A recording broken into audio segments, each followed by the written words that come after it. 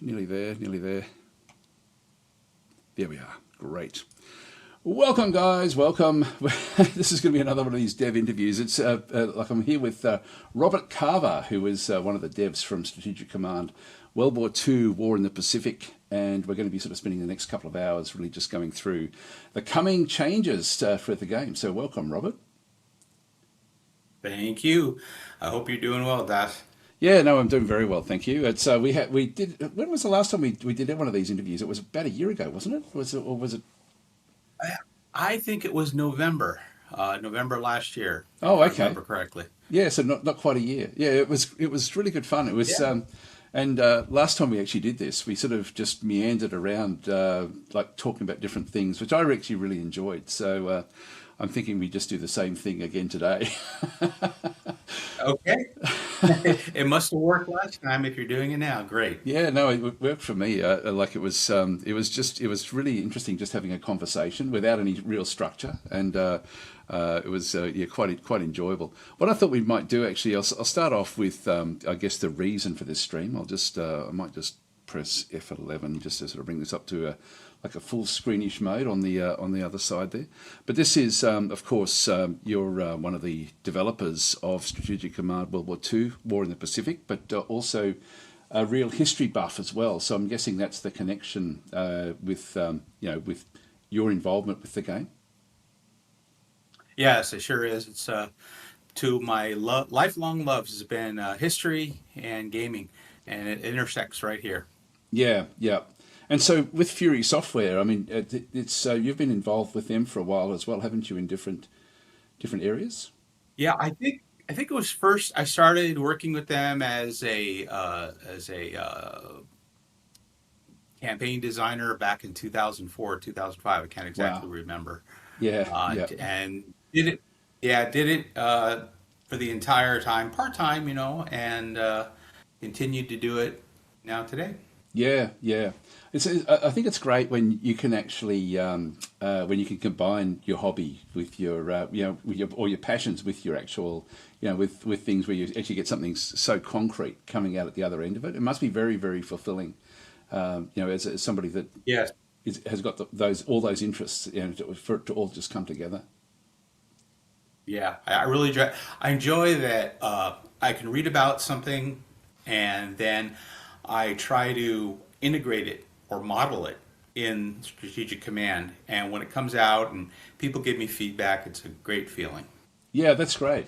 Well, actually, I guess on that point as well, like we are streaming live to the Slytherin Twitch channel, and we're also streaming live to my YouTube channel.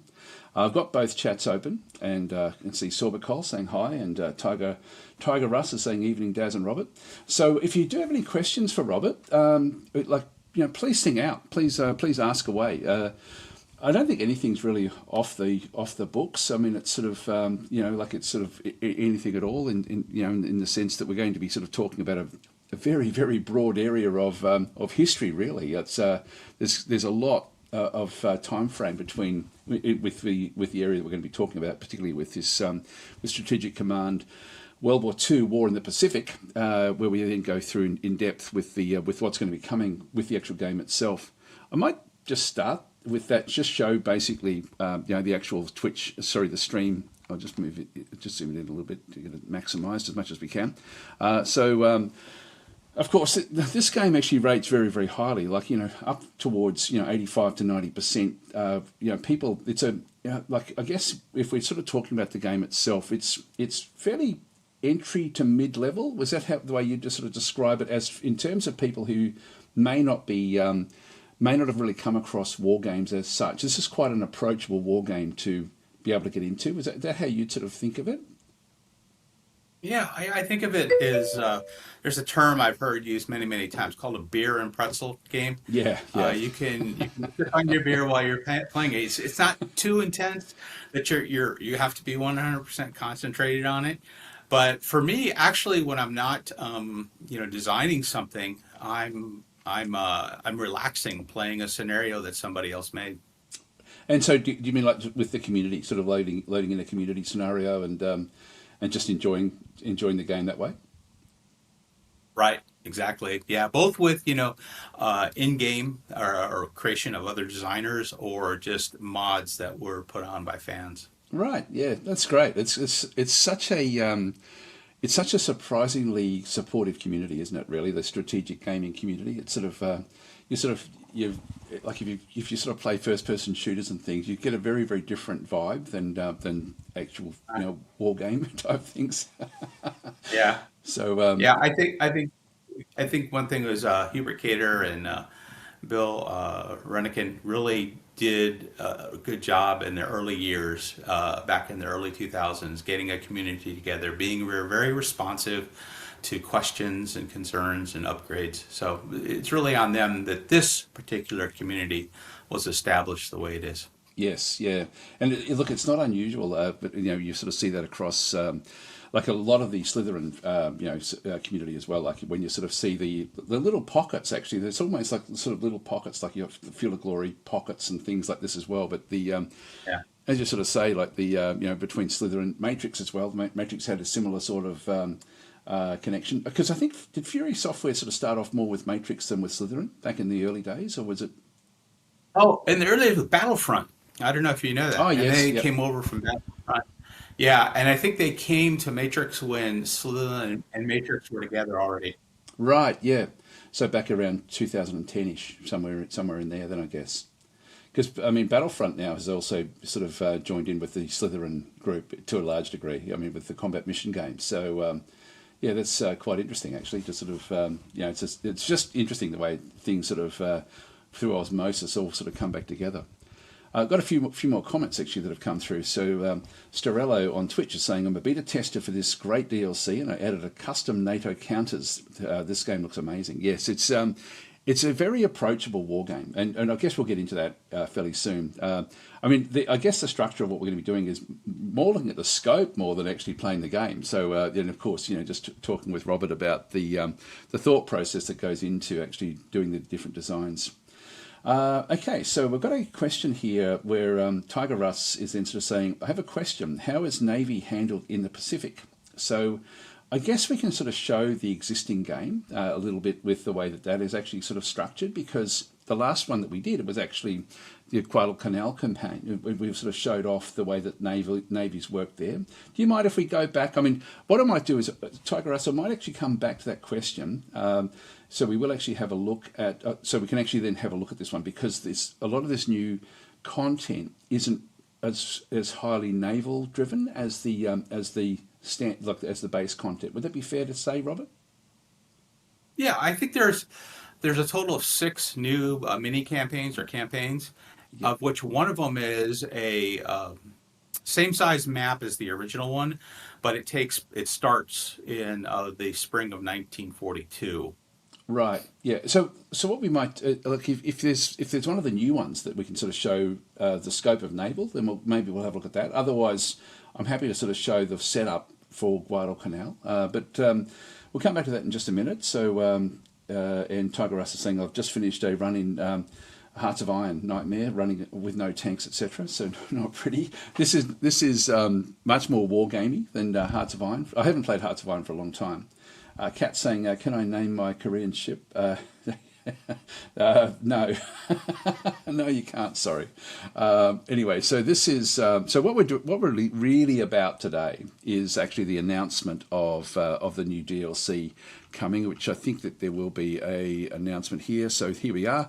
Just have a read of what's been announced. So this is the dev stream and release date announcement. So let's actually just read through this one. This is of course the at right on this time, 15 minutes ago, basically, or 10 minutes ago, we will host a special event on our Twitch channel. Dad's Tactic will play Rise and Fall of an Empire while speaking with Robert Carver, one of the developers and the scenario designers behind the DLC. Robert brings a wealth of insight, having spent 44 years with the US Marine Corps.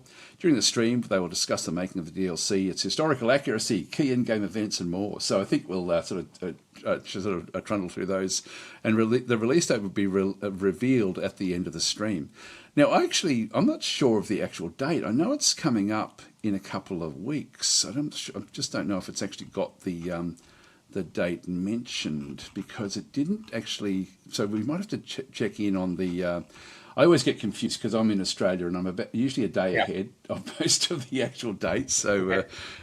for me, I've got to go and check my timing. So we will have to maybe sort of have a look for that and sort of see if we know the exact time that this is supposed to be coming out.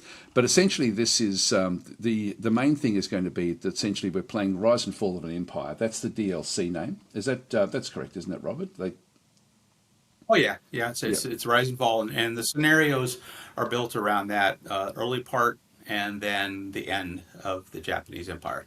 You know what struck me? Like when I first looked at the actual what was actually in here, I'll just go and close up that bit of it down. Actually, I'll just F11 and I'll open the game up just so that we can actually have the game. I've also got Google Earth. I downloaded this today as well, just so that we can actually sort of plonk around. Because I think one thing when you're actually looking at individual scenarios, it can be difficult to actually get a sense of scale. Of really, like because the Pacific theatre was just so monstrously large. It was just incredible, really. Let's just get the game opened up. Okay, we're getting a lot more comments Yeah, I now. guess. Two kings race my feet, says Muzzle Paint. There we are. Thank you for that. Cat's then saying, because there are so many things that can go good or wrong in a dogfight. I'm not sure what you mean by that. Okay, so, and then HDI Andrew is saying, definitely looking forward to more strategic command. Andrew is actually the dev of the, my mind's gone blank. Hang on, what is it? It's the... my mind is sorry, Andrew. You'll have to please name your game it's the Emperor of the Fading Suns. Emperor of the Fading Suns. And so yeah, welcome, Andrew. And that's an awesome game as well. Of course, sort of much more sort of sci-fi based. I don't know. Are you familiar with that one, Robert? Like it's just sort of. I'll have to look it up. I'm curious now. Yeah, it's a game that was originally done in the 1990s, and it's still sort of in active development. Andrew was the original developer and still actually developing it. So anyway, that's sort of it's interesting. It's like a war game set in space. But anyway, we're here for we've got the stream here for Slytherin, so we better just got to keep back on this one through here. Anyway, welcome, Andrew. So we've got just see if there's any other comments through there. Yep. Sorry, Tiger Russ. I'm just trying to find things where people are actually asking questions about the actual game itself. Actually, Andrew has then sort of said people forget just how far Hawaii is from the US mainland and how far Hawaii is from Asia. Yes, it's incredible actually, and this is the main game is actually more about that. If I just go I'll go into single player and just to show. Oh, sorry. By the way, I'll just cancel that. Just for 1 second. So you can see through here, Strategic Command, World War II War in the Pacific. We now have Rise and Fall of an Empire, which is the DLC that's going to be coming. And I was sort of wondering what that was going to be, like just with the naming of it. Like personally, like when I was coming into it, I was thinking, where does that fit in? Like, and I thought it was going to be more of the same progression. I was actually very pleasantly surprised to see the actual this scope of what's actually covered in this one. So if we just go back through, and we'll maybe just sort of go through from like maybe we can just talk a little bit about each of these. But should we answer that other question about how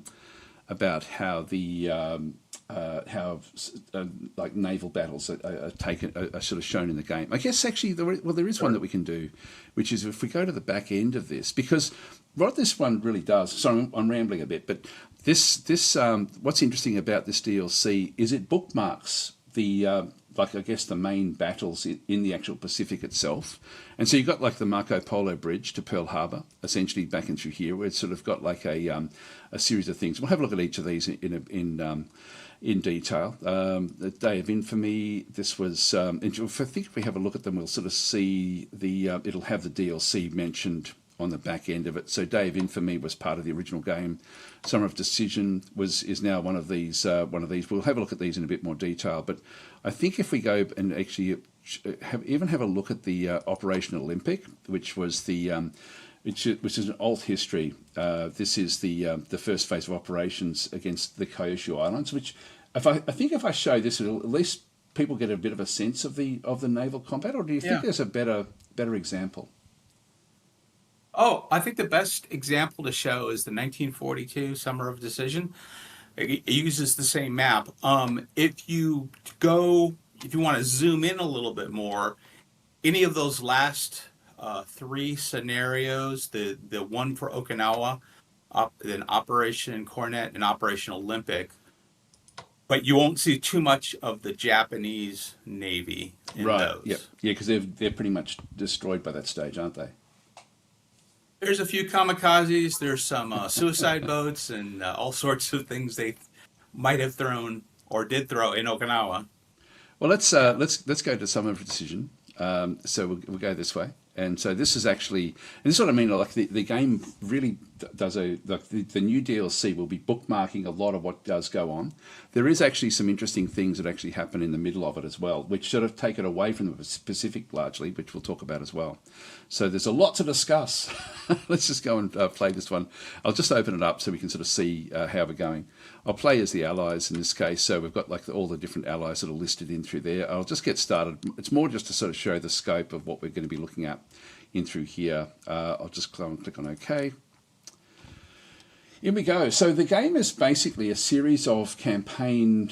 I guess they're like not. It's not as if it's strung together using different maps like a traditional campaign. It's more just one big map, but with different events that happen depending on what actually does go on here. Yeah, so this is showing you the Japanese turn.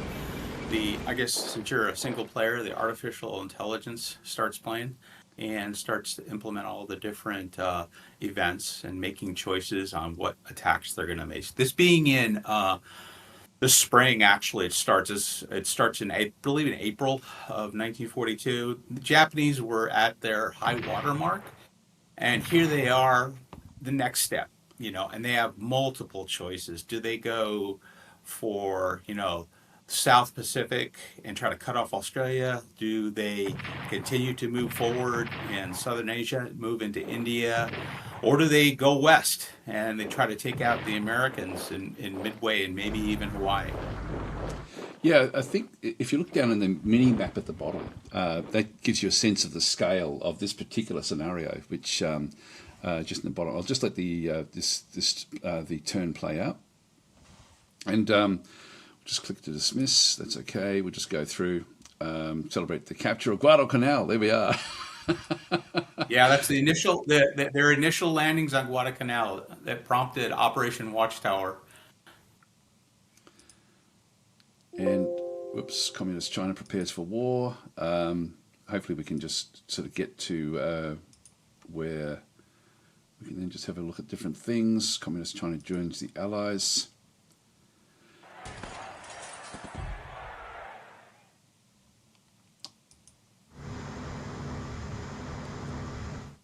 Yeah, there's a few other things in here that there aren't that we've used in this one that haven't been used in other games that we've had that dealt with China. A lot more detail on some of the political and military figures that were actually historically present that we start to show in 1942 Summer of Decision. Yeah, so this is monstrously large, isn't it? Really, this is incredible. Yeah. It's got to be, that whole area must be half the globe, Yeah, yeah. We'll have a look at it on Google Earth as well after this when we sort of get to see the scope. I still haven't started my turn yet, by the way, guys. It's we're just going through. It's going through. It's the initial turn. Letting everybody know what's going on. Players seem to like the information. They like these pop-ups. Any advice, any strategic advice we have, any background. They seem to enjoy it. Is the game noise too loud for everyone? I might turn that down, actually. I'll just so we can keep on talking over the top of it. Just bear with me. Okay, I've got new units. I'll just click on OK with this. So we're getting close now to our turn. We're nearly there. There you go. I'll just placing your units now. I'll just go to the options and should be able to turn that down, I think. Oh, no, still. I've got to place it right. So just got to go and do that one. Just go and place many. I'll place at this stage. So we're just getting different forces now that are coming in. Can I now do it? Yes, I can. So I'll just go to the. Actually, where is the sound? If I go to advanced, is that? Looks. I think it's. There we are. There you Actually, go. You it's got pretty it. low anyway, actually. I've got it down pretty low from last time, actually. So I'll just keep it down even lower. Just go and click on OK. Just so I don't want it to really sort of get in the way of us talking.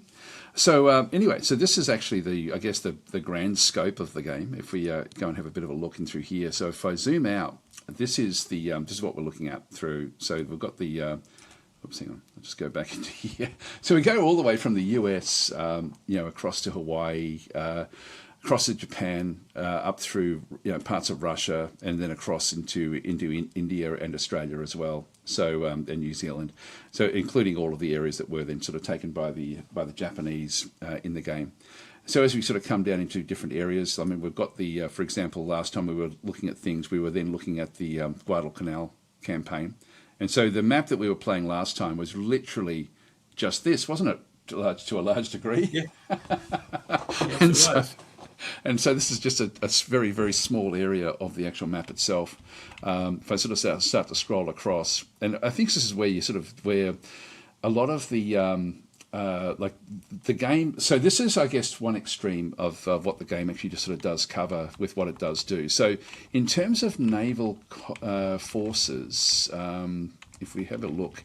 So here we have, like at Rockhampton in Australia, there's a different sort of group. So each of the actual ships is then modelled. So when you're actually moving these across, you would then sort of move them up. In this case, you've got to be careful that you don't sort of get surprised. But this would sort of essentially be the Minneapolis heavy cruiser. So the major ships, like this is the Australia heavy cruiser. So heavy cruisers are modelled, aircraft carriers are modelled, of course.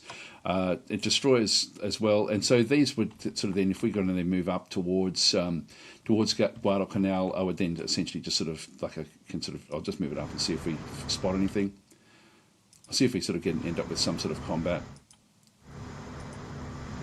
So we're sort of aware of something up there. I'll just move the others up as well.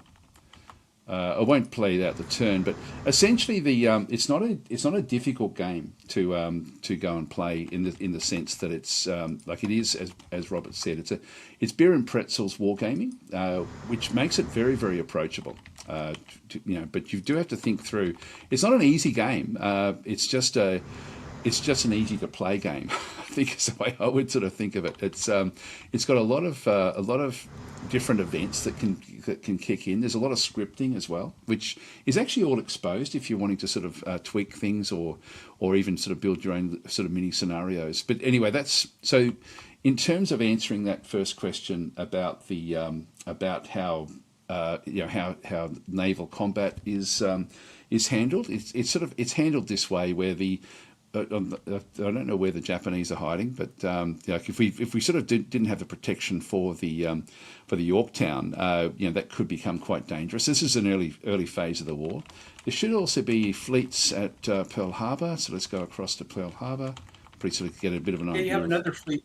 I believe this one also starts with a fleet down there near Fuji Islands that you may be able to bring up into the same screen where you did before. Down near Fiji, you were saying? Yeah, am I wrong on that? Yeah, maybe I'm mixing this up with something else. Maybe to the right, go east. I'll go east, okay. There was Fiji. Yeah, there we go. Yeah. American Samoa. There it is. Yeah, yep. American Samoa. So Okay. we've got... Yeah, I don't know if they... Yeah, so we've got destroyers and things in through there. So I'm guessing that... Why don't you double-click on that, on those, and then you'll see how it shows the extended movement or farther range. Just click it twice. Right, yep. Okay. Yeah, you got it a third time. Try it again. Just click it once and click it again. So that's so as we go through, that's the. I don't know. I don't know why that's not working for you. I'll try it this way. Yeah, there you go. There we go. Maybe it's because he's an important. But so you could move that probably close to the Solomons if you wanted to. Try to support that initial. Group, so you start to. Yeah. So if you started far away and you needed to move your ships up, you would just use that feature. Right. Okay. I wasn't actually aware of that. So this actually does allow you to bring these fleets in a lot closer. Yeah. It impacts some other capability short term, which they recover from automatically, but it allows you to move them faster. Yeah, and so this is the US side of things. So to get a sense of scale, I guess, with this one through here, if you don't mind, we might just, I'll go back out to Google Earth and just sort of show the scope of what this map actually uncovers. And so this is, just get across to Google Earth and we'll maximize. So when we're looking at this one, we really are looking at a major portion of the globe. Like it's sort of, so that's Japan at the top through here, Australia down the bottom through there, Guadalcanal in through the Solomons in through this other side. We're looking at Fiji back over there and American Samoa back in here somewhere. We're all the way across the Pacific. We've got Hawaii back across there, and then of course the USA over here. So we can't even get like the actual map doesn't even fit on the when we were sort of looking at this thing. It's sort of No, you can't put it on a flat surface. I've seen some alternates where different artists have rendered something on a flat medium, and you definitely can't get it really good. If you think about the equator, the equator is where you're going to see the largest landmass, but when you look at it in these games or any other sort of flat map, they don't look in scale. Yeah. So it's an incredible, like when you think about what the Japanese actually did in those early years, it's just incredible how far it actually goes. But let's go back and look at the scope of the game again, because I think that's going to be fairly interesting with what's going on here. So I'll just go back out to, if I go and quit, will that quit the whole game? No, it won't. Good. So so essentially that's the, I guess, the largest scope of what we're looking at. Maybe we can actually have a look at one of the smaller sort of campaigns. Which one would you recommend as a smallish campaign? You want historical or alternate? I think either, actually, probably just as, I guess in one sense, because that does sort of, I know that like when you see something that large, that can be quite scary for some players, thinking, oh my God, that's going to take me a year to play. But it's actually pretty fast to play, isn't it, once you get going? But the... Well, something that might be, people that have played this game before that might be familiar with them is two I'm thinking of. Is one is Okinawa and the other one is Kohima. I think I'm pronouncing that right, and Imphal. So one of those two might get you what you're looking for. Okay, well let's say just so they can see the difference in the scope. So if we just go and play the campaign here, and again, just the allies in through there. I'll just go through this one through this other side. That's all okay. Yeah, this one's going to be the Allied landing, well, really the American landing, but supported by the British fleet in Okinawa in 1940. I think it was the spring of 1944. Oh, okay. Yep. Yeah, this game's got some little, windows inserted in it. There you're looking at Formosa, and then up north you'll see Japan, and then down south you'll see islands near New Guinea. That's where the British Pacific Fleet was based. Formosa acts as like a kamikaze base. Kamikazes can sortie out of there if the Allies don't keep those down to minimal numbers by doing attacks on Formosa.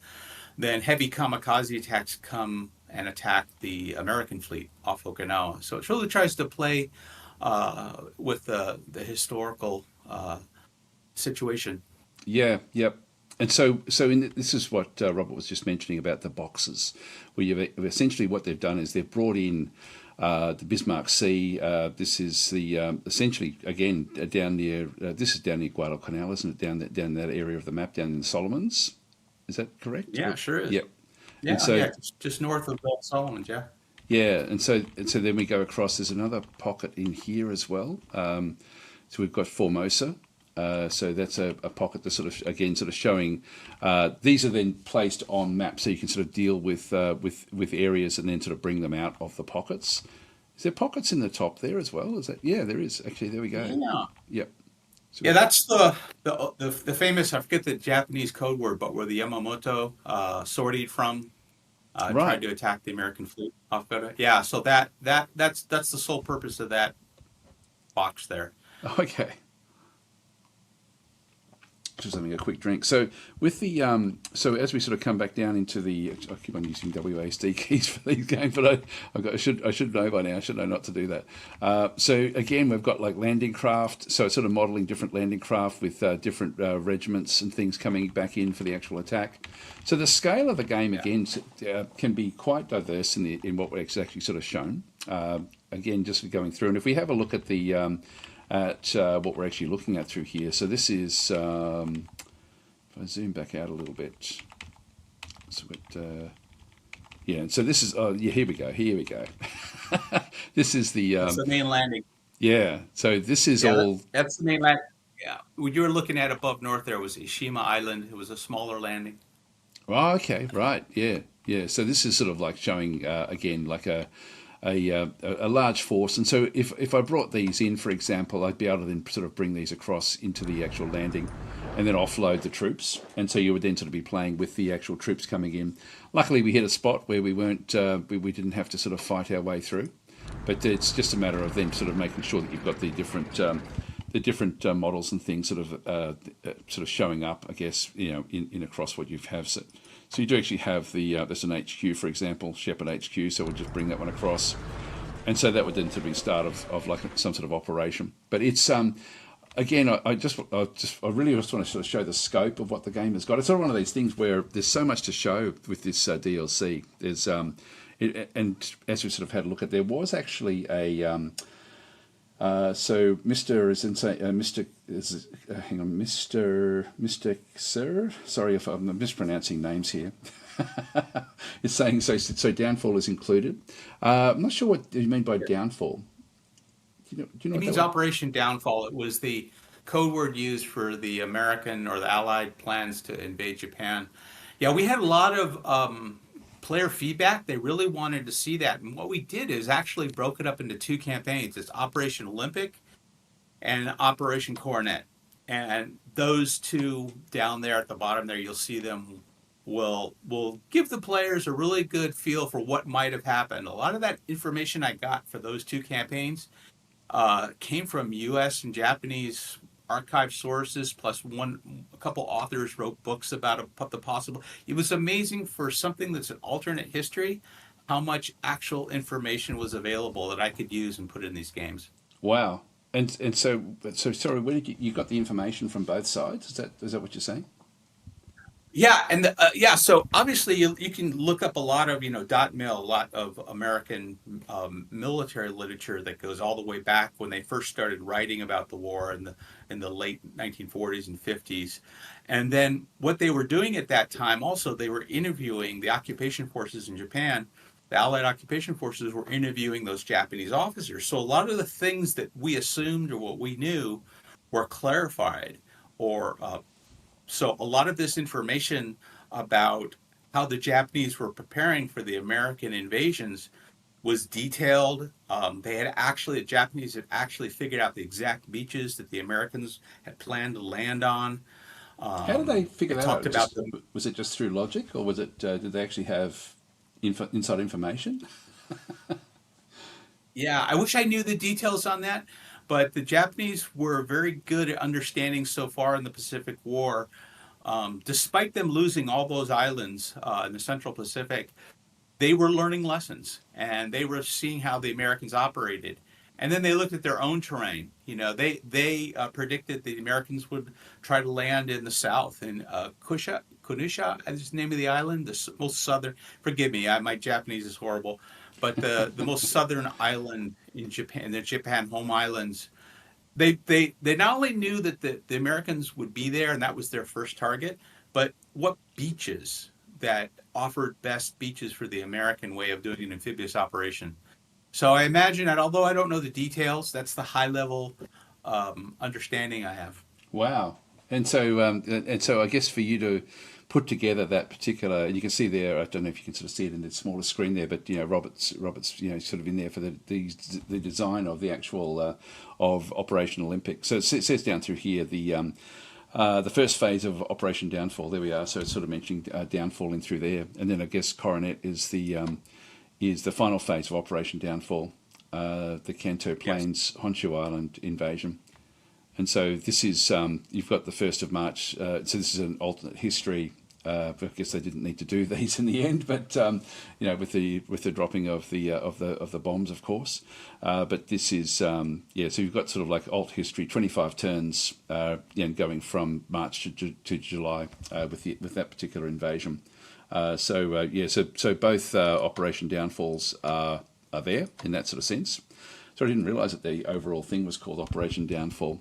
So with the dropping of the atomic bomb, that I guess there was a lot of because I know that there was a lot of disagreement, wasn't there, within the US military about whether they should invade or whether they should drop the bomb. Is that correct, or am I sort of a bit misguided with that? Yeah. There's a huge amount of discussion. The Navy under Admiral King, he felt that they could just blockade Japan and pummel them into submission. The bomber command was not only dropping the atomic bombs, but the fire bombings of Tokyo killed just as many people. Did it really? You had all that going on, and then with the Russians invading Manchuria and just basically wiping that clean of any Japanese land forces, you had a situation where you could reasonably recommend that, hey, there wasn't a reason for us to invade. But then again, like I said, the Russian invasion of Manchuria, the blockade, the fire bombings, and then finally the 2 atomic bombs really convinced the Japanese emperor. Not all the Japanese, because there's still drama. Once the emperor made his decision to surrender, there was an attempted coup. But that was put down rather quickly by loyal Japanese forces. But yeah, there was I would say, a good argument for just cutting Japan off. The main argument against that was we had, I think, close to 6 or 7 million men either in or on their way to that theater. How much would the American public put up with that amount of men being in the military, in the military and in the Far East, and carrying the war out longer, however long it would take for Japan to surrender? And that whole idea, which was real and people were really concerned about it, I brought into these games. A lot of these games, the victory conditions are based upon how fast the Americans can wrap it up. To get it, so if it takes longer for the Americans to wrap it up, their national morale continues to fall. So I tried to include some of those historical. Yeah, that's quite interesting, actually. So you've actually taken you've actually modelled, I guess, the sensibilities around the discussion at that time about what because from what I've read, I'm not very well read on this theatre, to be honest, and also the reasoning behind the decisions that were made. I just remember reading something about that. There was a lot of arguing back and forwards about which way things should go, and so it's sort of interesting to sort of hear. That there was a lot more drama than what I remember reading about what actually went on. From on both sides. Actually, I didn't even realise that the Japanese actually ended up where they ended up, essentially close to civil war with that decision. So that's I went. It was a very small group of Japanese, but it was enough to make a difference. And so with the you mentioned about the firebombing of Tokyo, but then. I thought that they decided not to bomb, use the atomic bomb on Tokyo. I'm not sure of the reason for that. What was the reason to not target Tokyo with the atomic bomb? I think the main reason, but there are probably others, but the one I remember was that Tokyo was so devastated by the fire bombings that it wasn't a worthwhile target. Oh, okay, right, yeah. Okay, wow. I thought it was more for political reasons that they sort of didn't do it. Like it was sort of something. Yeah. So it was, but again, I always find these discussions quite interesting. Actually, it's sort of like actually talking with someone who has really looked in depth into what's going on through here. I guess look, we were going to sort of start with the Marco Polo, to Pearl Harbor. Aspect of the game as well, which again, we're talking about sort of bookmarking the actual the war in the Pacific itself. So the main game is a lot of what we sort of see in the middle of what's going on through here, but we do actually now have the bookmarks. So Should we maybe just like talking? Actually, one thing we again should probably do is again just to get that sort of sense of scale as to what did actually happen. Maybe we sort of track through a little bit on Google Earth again, and just sort of go through those areas that you were just discussing. For people who aren't really familiar with the with just again the regions that you're mentioning, where things actually are. And again, just the scale of what went on here is just phenomenal. I'll just go back out to Google Earth and sort of just go through there. So Manchuria was sort of pretty much was that sort of like where they were sort of attacking back in through here. Would that be sort of where where essentially the Russians were attacking when you were talking about the Russians sort of taking the Japanese out of that portion? Are we sort of looking at? Yes, that's exactly it. That's area where the Red Army basically defeated the Japanese in Manchuria in August of 19. In the first version of this Pacific War in the Pacific, one of the developers did a scenario of just that battle. Oh, okay. And so were we looking down into Korea at that stage? Is that sort of was Korea part of Manchuria at that point? Oh no! Actually, Korea was annexed by Japan in the 1800s. Yeah. Right after the first Sino-Japanese War, between China and them. But Korea was always a independent culture, independent nation, people, and that was separate than Manchuria. Manchuria was part of China and was invaded in 1931, although the Japanese were in there for years before that. But they finally took full control of Manchuria in 1931. Right. Okay. Does that include Beijing? Is that Beijing part of Manchuria? Oh no, Beijing is not. It's considered central China. I think the province is the Hopi province. When we open up that game, the Marco Polo to Pearl Harbor, we'll have the provinces listed in there. Oh, okay. But yeah. So as you know, if you look at it like this, Japanese came into Manchuria in 1931, and during the mid 1930s, they kind of pushed their way south. And it was at Beijing, or what was called Peking in those days, that Chiang Kai-shek decided to make his stand. Oh, okay.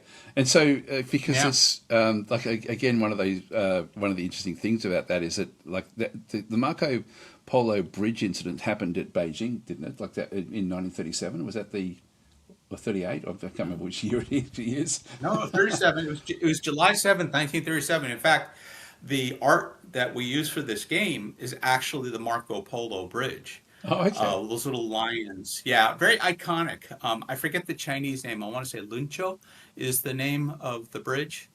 But that's the graphic, the art really talks about the very first moments of the battle. Well, we'll come back. Maybe we'll open that one up and have a look at it again. I think again seeing the scope of and what you've done, but let's start to position other things on the map itself. So we've got Japan, got Manchuria essentially back in through here. As Robert sort of said, Korea was under Japanese control. I didn't realise it was for that length of time, to be honest. I thought it was very close to World War II that they had actually sort of annexed Korea at that stage. But it's interesting what does go on in terms of the other invasions, etc. So we're sort of looking at a lot of the Kyushu part of the Operation Downfall is back in through there. The Okinawa, whereabouts is that? That's the south. Go south. If you go south a little bit, and they call the Ryukyu Islands. It's that ridge right there going to Formosa. Oh, okay. Yep. So down. You could probably zoom in a little bit more. You'd probably get more of it. Is that it there? I think that's it right there. There you go. Right. Yeah. Yep. Wow, it's sort of funny to sort of see that. Like it almost looks like Japan, doesn't it, in terms of the shape? Yeah. Like a mini Japan. So that mission that we opened up was essentially this, wasn't it? So we're looking at a smallish area of the of like the monstrously large Pacific Ocean. In terms of the overall scale of what went on. So this was the precursor to the invasion to actually take that, wasn't it? And at that stage, it would have been. And so the American forces, they skipped past the Philippines, didn't they? At this point, like they No, no, no, no. Yeah, that remember that famous picture of MacArthur coming ashore saying, "I have returned." Yeah, we were there, but we were still fighting at that time when we invaded Okinawa. We were still fighting a lot of Japanese forces in the interior of Luzon, the northern island. Oh, okay, right. So yeah, because I thought the Philippines was one of the last places to fall, like in terms of the Japanese Empire. But I may be completely wrong Yeah, about that. I think by the end of the war in August of 1945, the Allies held most of the Philippines, but there were some remnant forces that were still operating in the northern part of the Philippines. Japanese forces operating. Yeah, yeah. And then, of course, we then get sort of down into Borneo and Yeah. Malaysia, Singapore, etc. In these sorts of areas. Singapore on the end there, all the way through Indonesia, across to Papua New Guinea. And I guess just again to put it into perspective, we're looking at Rabaul, which ended up becoming like that was an old German base, I think, wasn't it, back from World War One? Yeah, I think so. They were. I think Japanese invaded and took it over. If Isn't I that an remember incredible correctly. Or no, Australians did. The Australians did. Yeah, back then, and then the Japanese then this was one of their major objectives in the opening phases of the war to actually take that as a stalwart, to basically sort of block off the Coral Sea. Yeah. Is that how the sort of, yeah? Please correct me if I'm Yeah, wrong. it was a no, no, it was a major base, Yeah, and you're looking at right there. You're right there. It's sort of like there's this triangle. If you got Rabaul and you go down southeast, that's the Guadalcanal, yeah, down through and there. then you go across the base. It's Port Moresby and New Guinea and the Stanley Owens Range Yeah, which is above. that's So that's there. This balancing act that the Japanese had to do as the Australians were advancing across the Owen Stanley and the Americans were fighting in Guadalcanal. They had to sort of decide where they were going to distribute their forces across that theater. Yeah, so this is a monstrously large mountain range. So, like that's something that where the Australians actually were sort of mainly fighting down through this area. So I'm quite familiar with that side of things. But yeah, so it's interesting just how compressed so much of the fighting was in this region of the Pacific, wasn't it? Early at that, when the fight back was actually occurring. And of course, we covered this Yeah. in the last when we had our last discussion, essentially with the Guadalcanal and the Solomon Islands campaign, which was really really interesting. So of course there was that there was another area where it sort of just we were just playing in this area. Even Rabaul wasn't actually on the map, but that's like I think you had it zoomed in where that was inside a box, I believe, in that particular campaign as well. Actually, that one block for Okinawa is the island of Manos, Manus, another German word. If you go north from Rabaul, and there to the left, a little more to the left, I believe it's more to the left. It's that island right there on the left. I This one believe here. that's it. Yeah, I believe that was the main Royal Navy base in the Pacific was I think Sydney, but their advanced base was up there in the New Guinea. Oh, okay. Wow, I didn't know that. So that was a British base, was it? Yes, yes. Wow. Okay. Yeah. So it's again we're Well, looking at the scale of things. So when we sort of start to zoom out, here's Japan. They've had to take all of this. And from what I'd read in a book a long, long time ago was it Basil Littlehart? No, I think it was Basil Littlehart had sort of summarised why the Japanese needed to invade, and that was I believe it was to get the rubber from through here. Is that your understanding? Rubber and oil. yeah, yeah. It was definitely the resources in Southeast Asia were vital because the Americans were had embargoes, and the Allies, the Dutch, the British, and the Americans all had embargoes against the Japanese because of their actions in China, trying to get them out of China. And that economic warfare led to Japan going south. And Japan was a bit surprised that people were, really like were taking political action against them for what they did in China. Is that correct? It was sort of one of those things where, from what I can remember, again reading, I do apologise for my ignorance with this, but it just I thought that I thought that they were surprised that there were embargoes on what they did. And then they thought, well, we have to secure this. And they then sort of worked out that the only time they really had to do it was like 1941. Is that, or am I sort of off beam with that? No, I think the Japanese had plenty of knowledge of how European countries and American countries ask. I think there was a time during World War One where Japan issued the 12 points, and it was for concessions from China. And the allies, the non-Asian allies, just made Japan back down. So they knew that the the powers outside that Asia would oppose them. However, earlier than that, in 1904, and they won the Russo-Japanese War in the turn of the century. The Japanese were very confident in their ability to wage war, so they took risks that I think we would think were a little foolhardy, but they believed they could do it because of their history, their military history.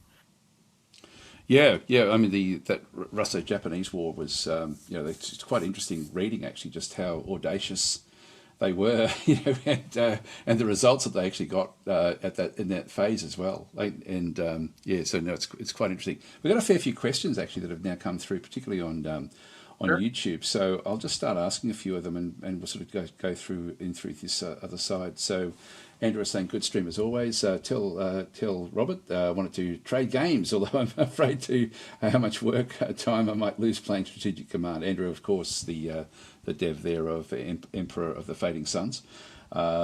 X-Men fan is then saying, I'm not going to lie, I'm starting to love games like Strategic Command. I may not be the best at strategy games, but I still love them. And I think this is actually where the Strategic Command is one of these games that, as Robert had sort of said, is a beer and pretzels game. I think it's more involved than beer and pretzels. I always think of beer and pretzels as literally you can play for like 5 minutes and then sort of leave it alone. But it's not an onerous game. And I know exactly what X-Men fan is then sort of saying there, because I shy away from the monstrously detailed war games. I just find them way too daunting, whereas this is a really nice level of detail, but also able to sort of play the turns out relatively quickly. And so it's sort of, I think for me, the balance is very, very good. So X-Men fans, if you're getting newish into strategy games or war games, this is definitely one that should be on your radar.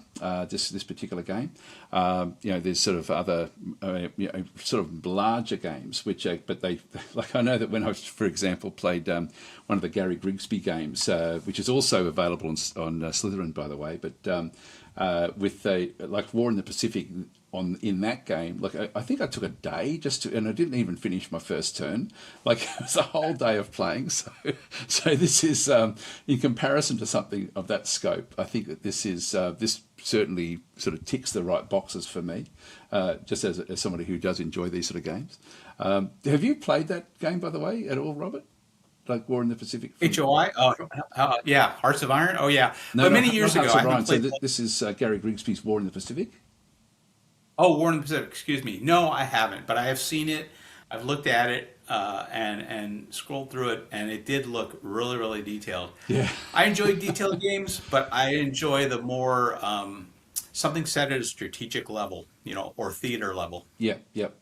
Because that really is almost individual men type level. Like it's not really that, but it gets down to very, very small units, and where you've got to micromanage or not. I mean, it's I shouldn't sort of be negative about the game. I actually I was intrigued by the game, but I just found it way, way, way too big in its scale. Whereas something like Strategic Command, it's sort of the balance always seems right. And because you can change the scale of what you've then done in the game as well. I think that with the individual maps and things like that, for me it ticks the right sort of boxes in that sort of sense. So from what X-Men fan has sort of been talking about, starting to love strategy games like Strategic Command. Yeah, this is a good game to sort of sink your teeth into, I think.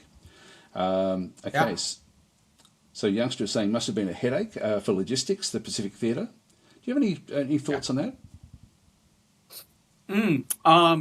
Logistics. I'm kind of thinking about that. There was it's called the tyranny of distance, right? The farther you are, the harder it is to supply forces forward. It's funny we're talking about this because even today, when we're talking about what's going on in the Western Pacific, military planners will talk about what it's going to take to supply forces forward, that far forward. And the same thing was true in 1941, 42. The supply train that the Americans created, including underway replenishment, where they would fuel and resupply aircraft carriers, battleships, while it was still moving in the middle of the Pacific Ocean. All of that innovation happened during World War II. A lot of what we see today and what might be used today had its roots in the Pacific in World War II. And again, I'm reminded back to when we sort of covered the Guadalcanal campaign last time. I mean, there was wasn't one of the carriers actually moved away from the zone just before the actual main battle started? Am I wrong about that one? Where there was less carrier forces. It might be in the battle for the Coral Sea, I think. Yeah. Where exactly? Yeah, they moved away. Yeah, I remember that conversation. I think we were talking about. Were we talking about one of the last pre-war American carriers left in the Pacific? Is that what we were talking about? I can't remember. I thought there was like 3 carriers, but one of the 3 moved away to get supplied. Oh, yes. In the Coral Sea, yes. Yeah. In fact, when you were playing that initial stages of summer 1942, Summer of Decision, you had to bring that carrier force way over from American Samoa. That was the carrier. Oh, okay, right. So the one we just looked at before, just wasn't quite in. You can see where it just quite wasn't in the Coral Sea. And so that was that supply chain that you're talking about. That was modelling that supply chain. So if you guys remember, we just looked at probably half an hour ago. We opened up Summer of Decision and moved one of the carriers using sort of like the long range movement, and that's the one. Right. Okay. There we are. I'll go through some of there's a lot of questions here actually, and they're good questions. So I'll just go through and. So youngsters also saying Philippines camping was from October 1944 all the way to surrender. So I'm guessing that means sort of like the forces were then fighting for a very, very long period of time in the Philippines. Very difficult, I guess. Yeah, they were. Yeah. Yeah, it was still. I believe it was still organized resistance. Where it wasn't guerrilla operations, but it was actually units you were fighting against. While though they were decimated, the Japanese forces were just decimated, they were still conducting operations. Yeah. Another one we've got is X-Men fan is saying, I have a question about the game, and I apologise if you already answered this, but is the Japanese nation playable? Or can you play the Allies only? Well, it definitely is. Are there any of the missions where you can't play either side, or is every single mission playable from both sides? Yeah. For these games to be playable is something we put a lot of effort into.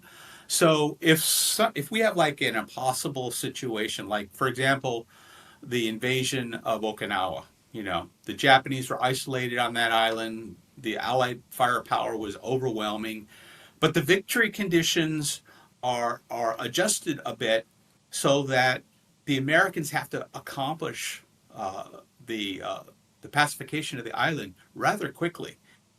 The Japanese win in that game if you're the Japanese player, but delaying that advance into southern Okinawa. So the victory conditions are designed so that it's a playable and enjoyable scenario.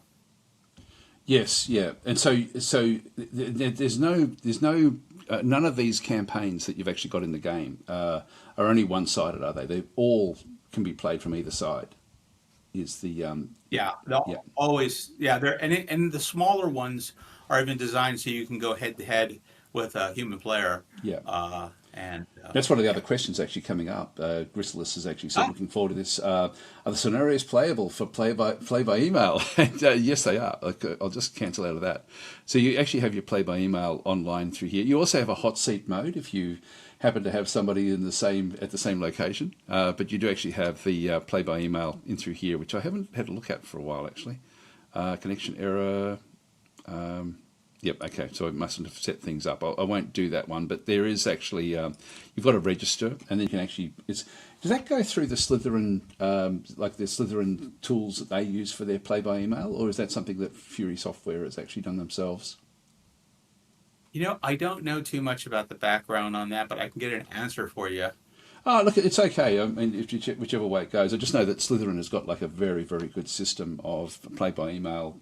Like, they've got like servers set up for all sorts of different games with play-by-email, and so I thought that may have been something that actually was, one of the aspects that Slytherin actually had sort of helped out with the game. But yes, so the answer, the question is yes, you can play by email.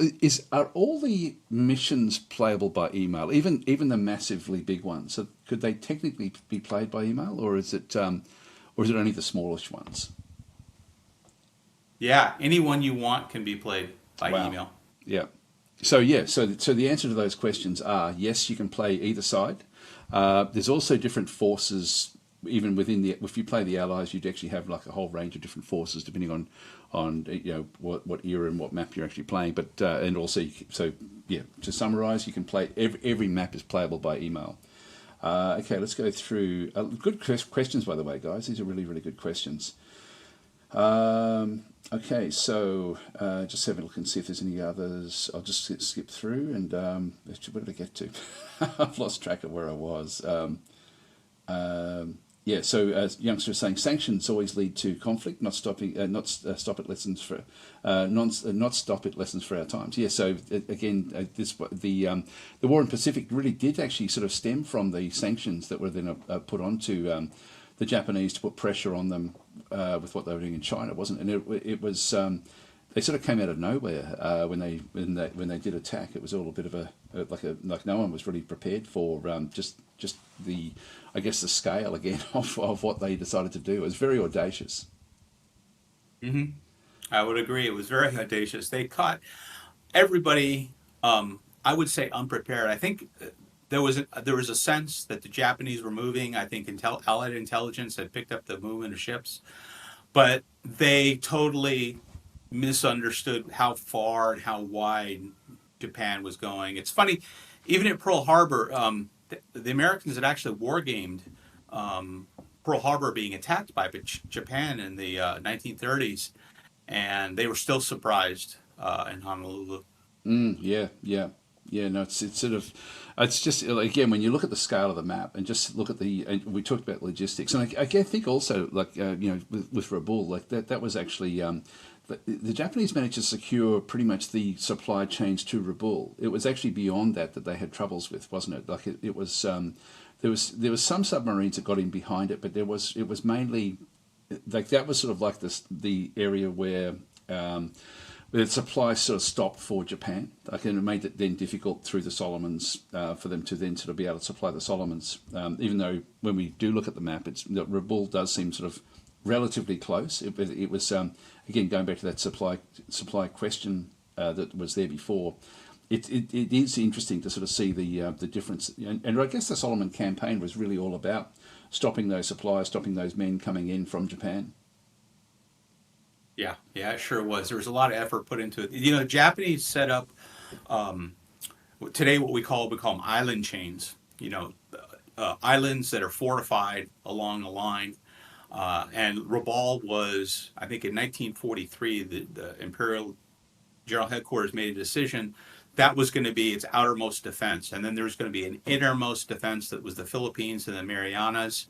So there was this concentric lines that the Allies would have had to have fought through, and all of those advances that they wanted to make south were pretty much stopped by that time, by mid 1943. Yeah, yeah.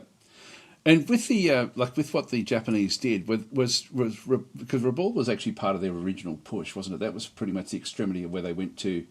So what you were then talking about there, with that being sort of the outer limits at this stage, there wasn't really any great value for them for Papua New Guinea other than protection, like of their inner lines. I'm imagining that would be the case, but they did really want to get the down through Indonesia and across particularly Malaysia, I guess, with the rubber and oil from this particular region. Singapore, of course, was a major port. So and then you were mentioning about the Philippines sort of like being sort of that mid-level. Is that sort of like where they were, like that was sort of something where they needed to get that one fairly early as well? Because that didn't take very long for them to actually invade and take the Philippines. Like it was... Yeah, yeah, there was a big, yeah, I guess the majority of the island was taken rather quickly, and then the Americans held out. The Americans and the Filipinos hung out on the Bataan Peninsula, just west of Manila. Actually, it was part of it's in the Manila Bay. I think they didn't surrender until April Right, yeah, yeah. of 1942. It's that, yeah, there you go. There's the Bataan Peninsula. Yeah. Yeah, yeah, yeah. Two volcanoes.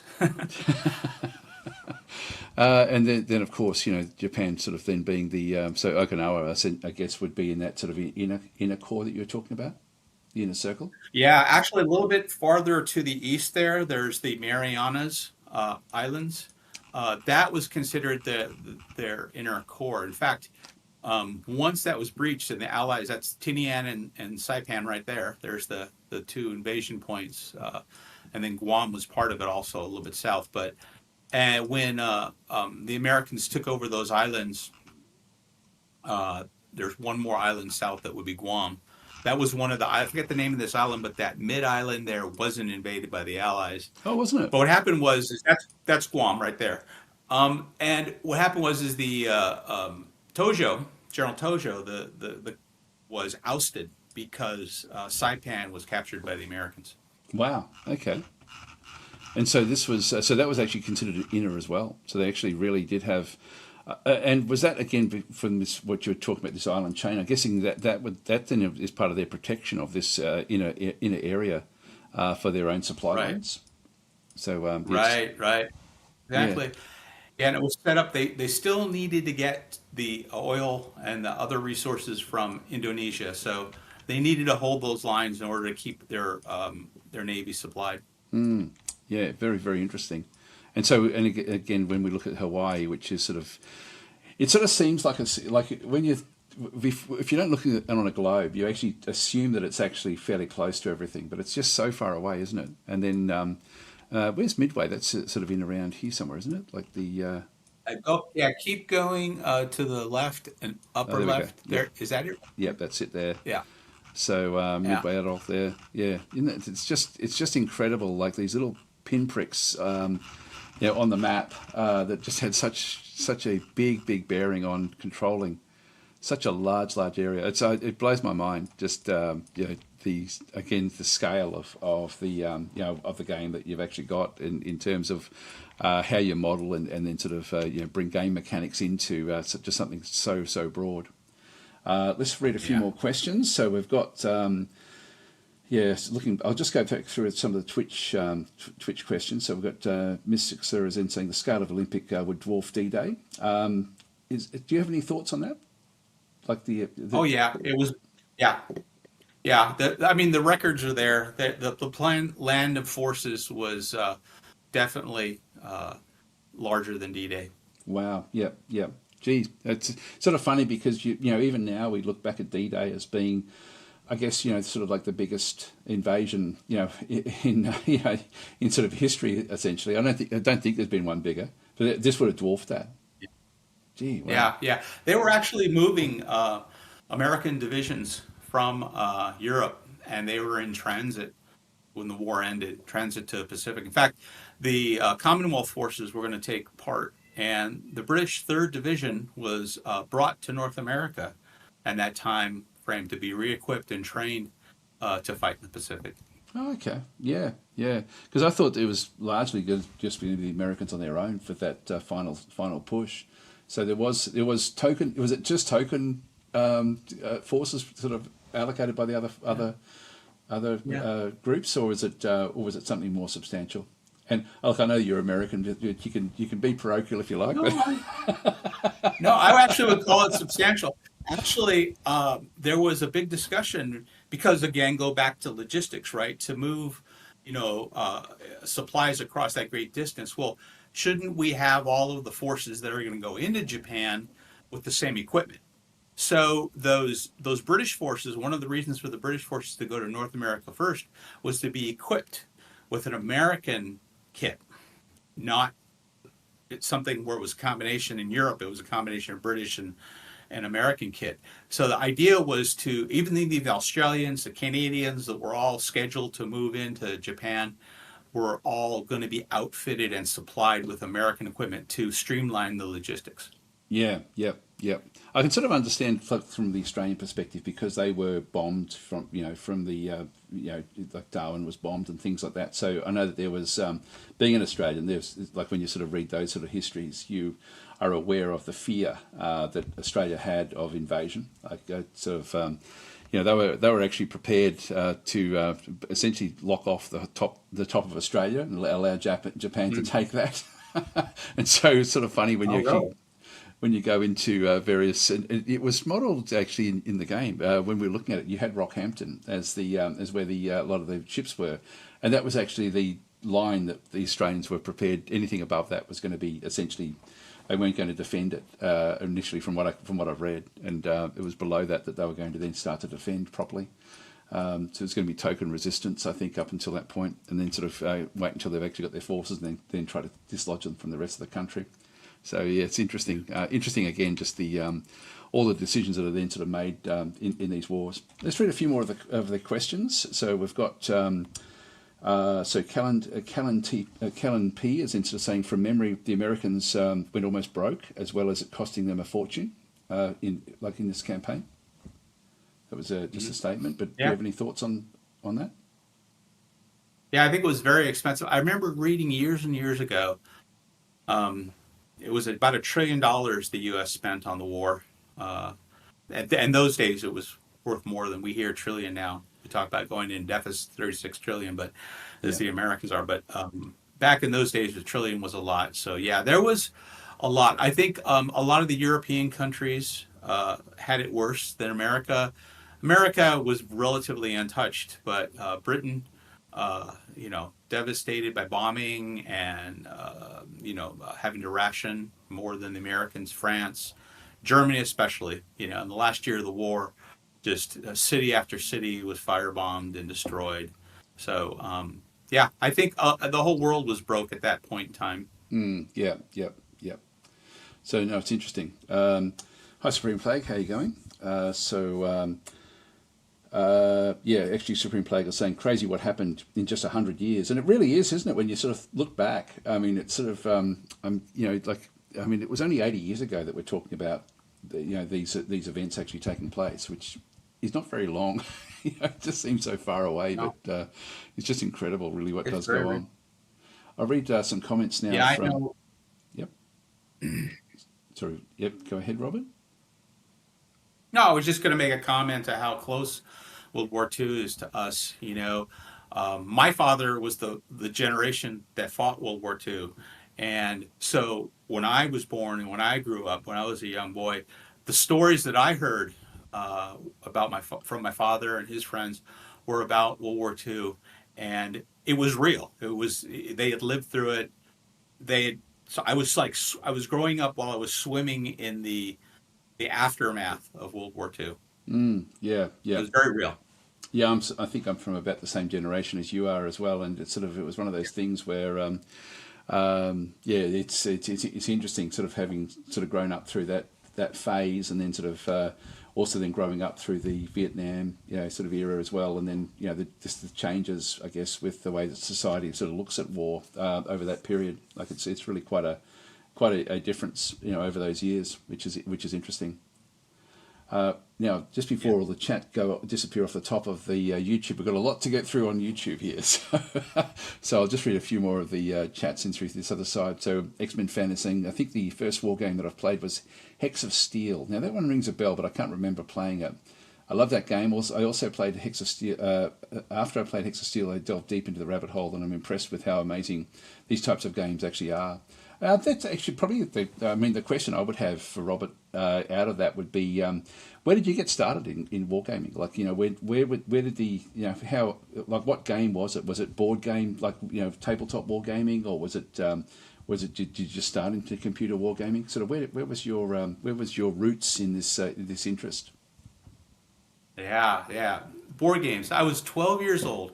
The game that I was exposed to or introduced to was called Panzerblitz. It was a game by Avalon Hill about German and Soviet combat on the Eastern Front. When I first saw it, I always been interested in history and military history at that time, and then again going back to hearing what my father and his friends had to say about the war. So there was this interest in it. When I saw the game, it was like I knew that was for me. That's what I wanted. And it resonated. And I just started collecting war games, playing war games. I think in the 1980s, the first computer war games started coming out. I was interested in those, but I wasn't so interested in them because I still enjoyed the board games and the flexibility that the board games had. But as time went on in the 90s and the 2000s, the computer games just became more flexible. And you could do things like we do now with editors to change the scenarios rather quickly, come out with new content, multiple versions of content in a single year. So that's where I started, board games. What was the with the computer wargaming? Like, I know I had one in that I would sort of just plink around in, sort of making scenarios. Which was the war game that you actually sort of embraced, I guess, in those like 1990s and early 2000s? Was there one in particular? Oh yeah, there was several of them. I remember one of the first games. I think it was Microsoft came out. It was about the Persian Gulf. It was a modern day conflict in Persian Gulf. I think one of the first games that I started modding though was a game called Age of Rifles. And Yeah. I started creating scenarios for that. Yeah. Why doesn't anyone remake that? That's just one of my unknown questions. It was such a good game. It was so important, I think, in gaming, but nobody has remade it. It's I'm the same actually. I'm exactly the same. I didn't start by modding in there, but I did make some mods for that game as well. Personally, it was I just loved that game. It was and it really, it's just funny that portion of history just isn't really covered as thoroughly as what that game actually did at that scale anyway. That was fun. A lot of fun memories. And then Talonsoft also brought out which one was it? There was like a war game creation kit. I forget what it was called, but that was fairly cool as well. I think the Operational Art of War. Did you ever? Oh yeah, I have the latest version of that. Yeah, I love that. Another game that came out that I just started building scenarios for. Yeah, and so by latest version you mean version 4? Is that the version that you've and by latest version you mean like from about 15 years ago? Maybe so.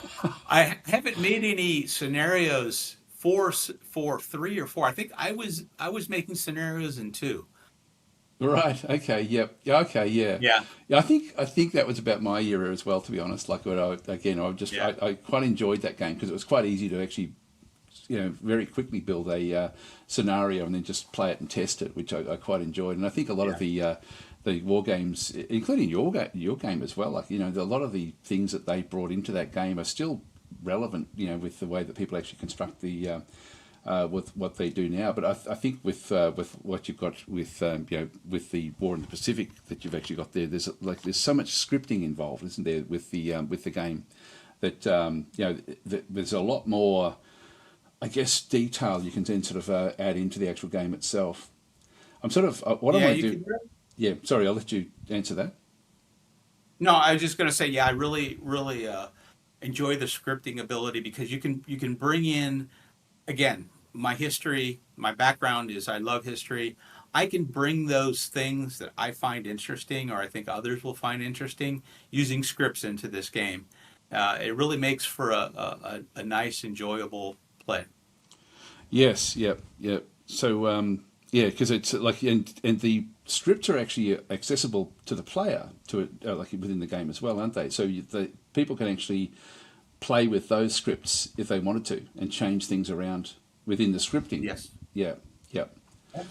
And I'll just read a few more of the questions. I sort of don't want to lose track of where we are with the chat.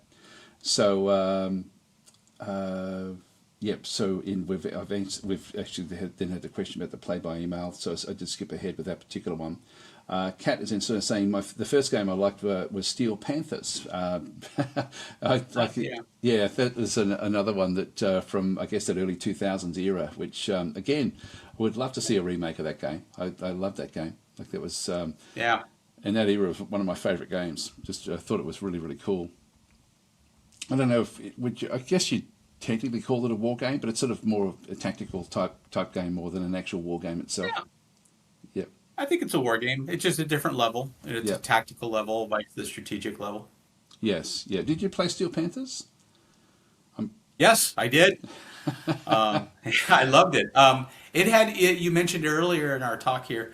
It was one of those where you started out with certain units, and you could carry those units from time period to time period, or a map to map, and see them improve and then upgrade them.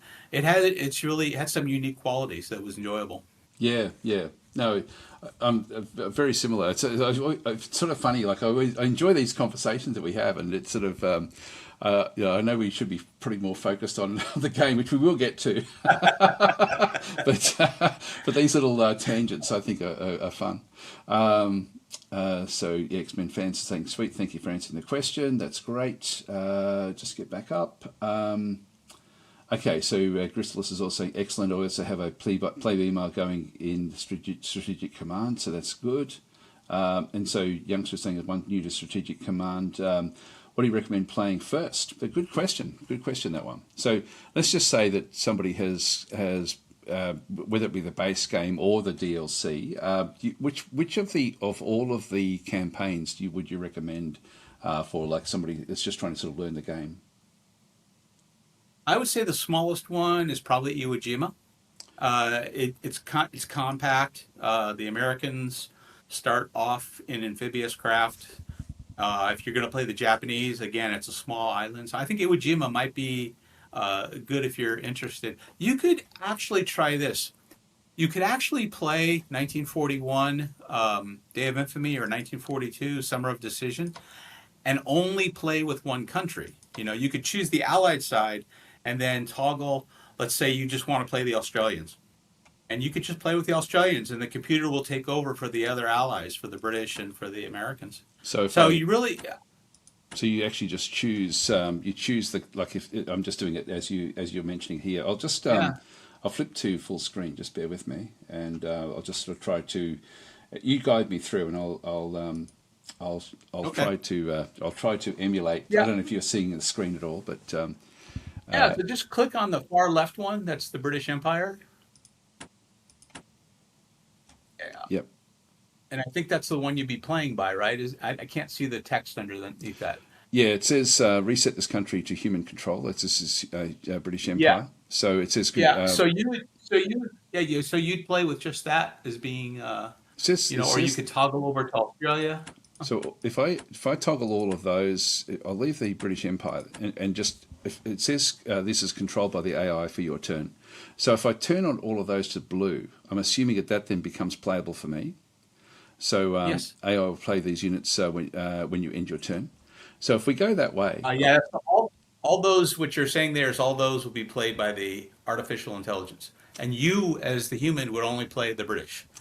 right? So even though this is a monstrously large game, like if I go and just get started with this, so Japan again will have its first turn. Right, you're going to see the attack on Pearl Harbor, and the Japanese carriers will appear and start bombing Honolulu, Pearl Harbor. and the Americans will be left with a lot less ships than what they had in the beginning. Also, what you'll see in this initial turn, you'll see all of the Japanese attacks in Southeast Asia, moving through, the Philippines, Indonesia, Singapore. You'll get to a point here where you'll see the Repulse and the Prince of Wales. There they are, getting attacked by So this is down in Japanese Malaysia now. bombers. Yeah, yeah. Yep. So it's pretty soon. I think the Japanese cruisers will move up on those battleships and start engaging them also, if I'm correct. There's our landing You see forces. the landing Yeah. taking place? Yeah, yeah, yeah. There's the Philippines.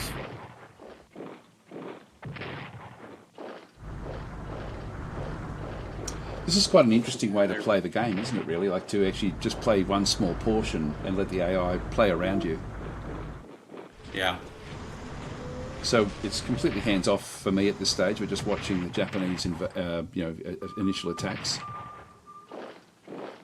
What's the turn period in this in this particular scenario?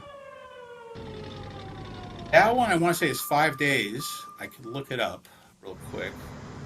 I think it is 5 days. Let me see here. Just going through the different events. I'm opening up the game in the editor to see how many days it is. Oh, okay. Yeah, we finish here in just a minute. It's loading. Yeah, you set the number of days depending on which game it is and how long it should last. And let's see, this one, 1941, is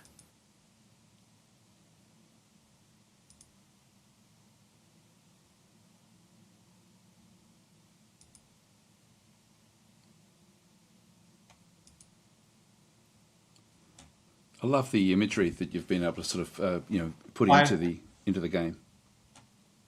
yeah, it's flexible. You can do a lot of different things with it that you normally to really make it interesting and fun, and then you can change things. 1941, the game you're playing is 10 days per turn. Right. Yep. There's the Yeah. summaries going back through. Yeah.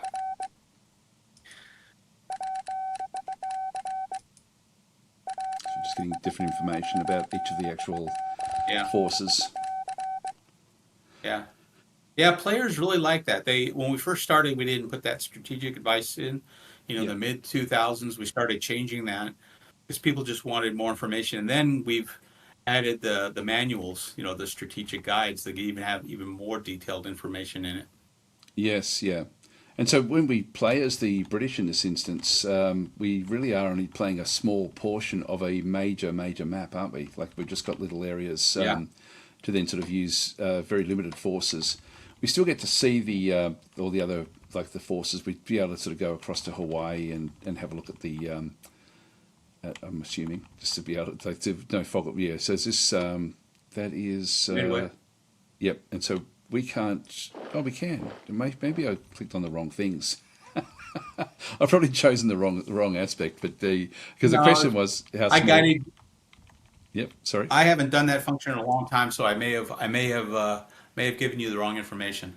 But the thing is, you can, even though it's a monstrously large campaign, you can sort of play a limited scale engagement for yourself, I guess, is sort of Yeah. what you were sort of saying through there, because it looks like I can still control the various forces in the game itself. Yeah. Which is So it's interesting. probably I probably did it just opposite. It's probably the British in India that you can't control. Oh, okay. Maybe we'll just have a quick look and see if I go across to India, and which actually we're sort of time has just flown. So what I might do is Okay. I'll quit out of this one because All right. we've spoken about the bookends, I guess, of what the DLC actually does bring. Just Well, I think the other bookend is the China scenario, the Marco Polo, yeah, Pearl this- Harbor one. That's probably the beginning one. Some people think that's where World War II began. Yep. So should I play as the Axis in this instance? Yeah. Go ahead and play. Play as the Axis. I'll just open it up Great. so that people can sort of see that again the scope of Yeah.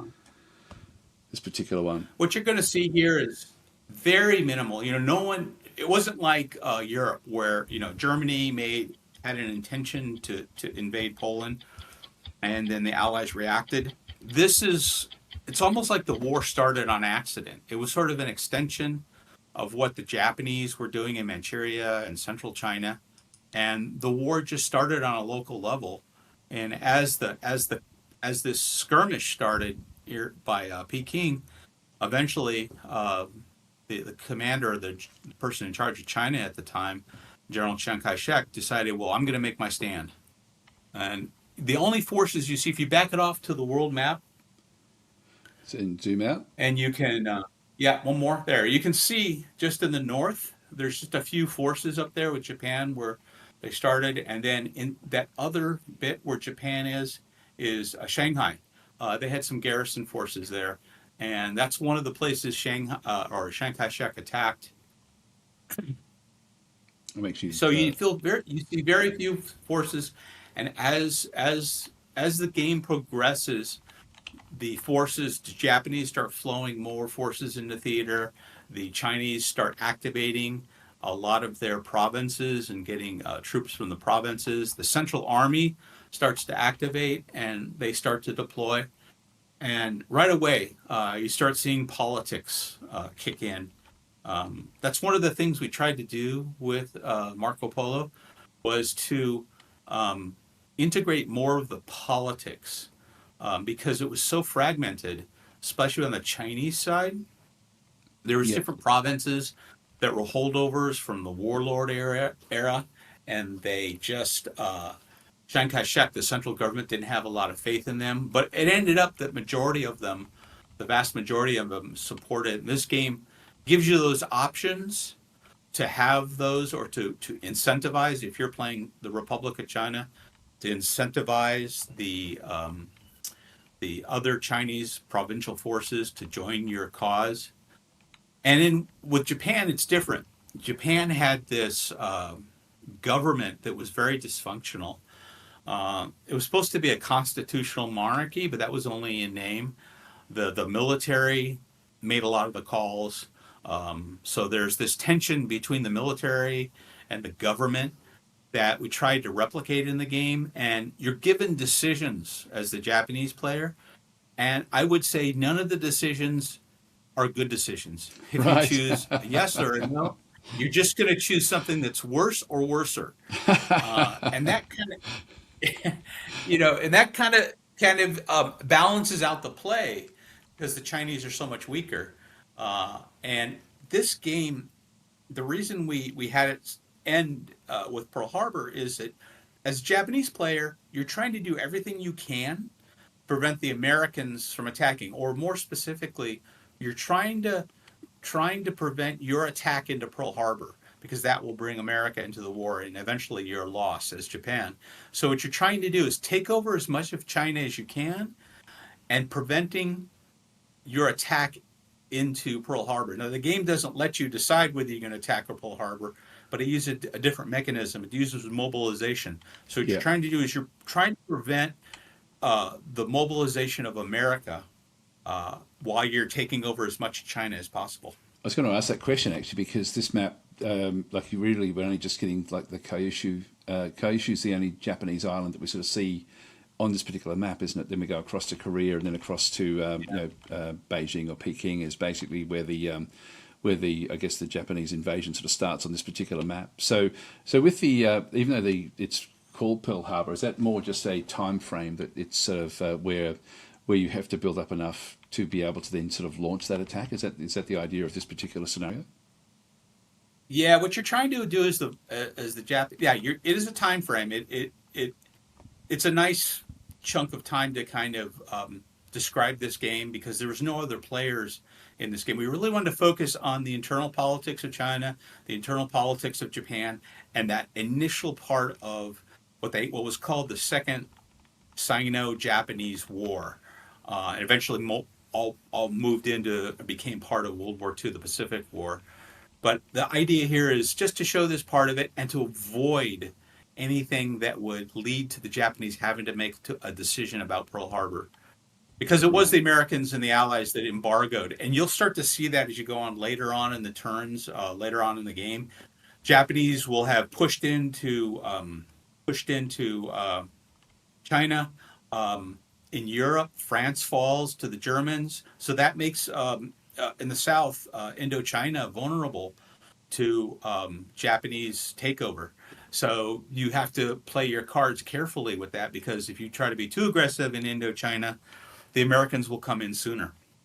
Yes, yeah. Actually, one thing we haven't shown is actually the like I guess the parts of the map where like I've just clicked on the war maps and so on and so forth, like where we can sort of then sort of see the different different aspects of the actual game itself. So I won't spend too much time with this, but I thought I'd just sort of show these aspects of you know of what the game actually sort of does have in terms of information.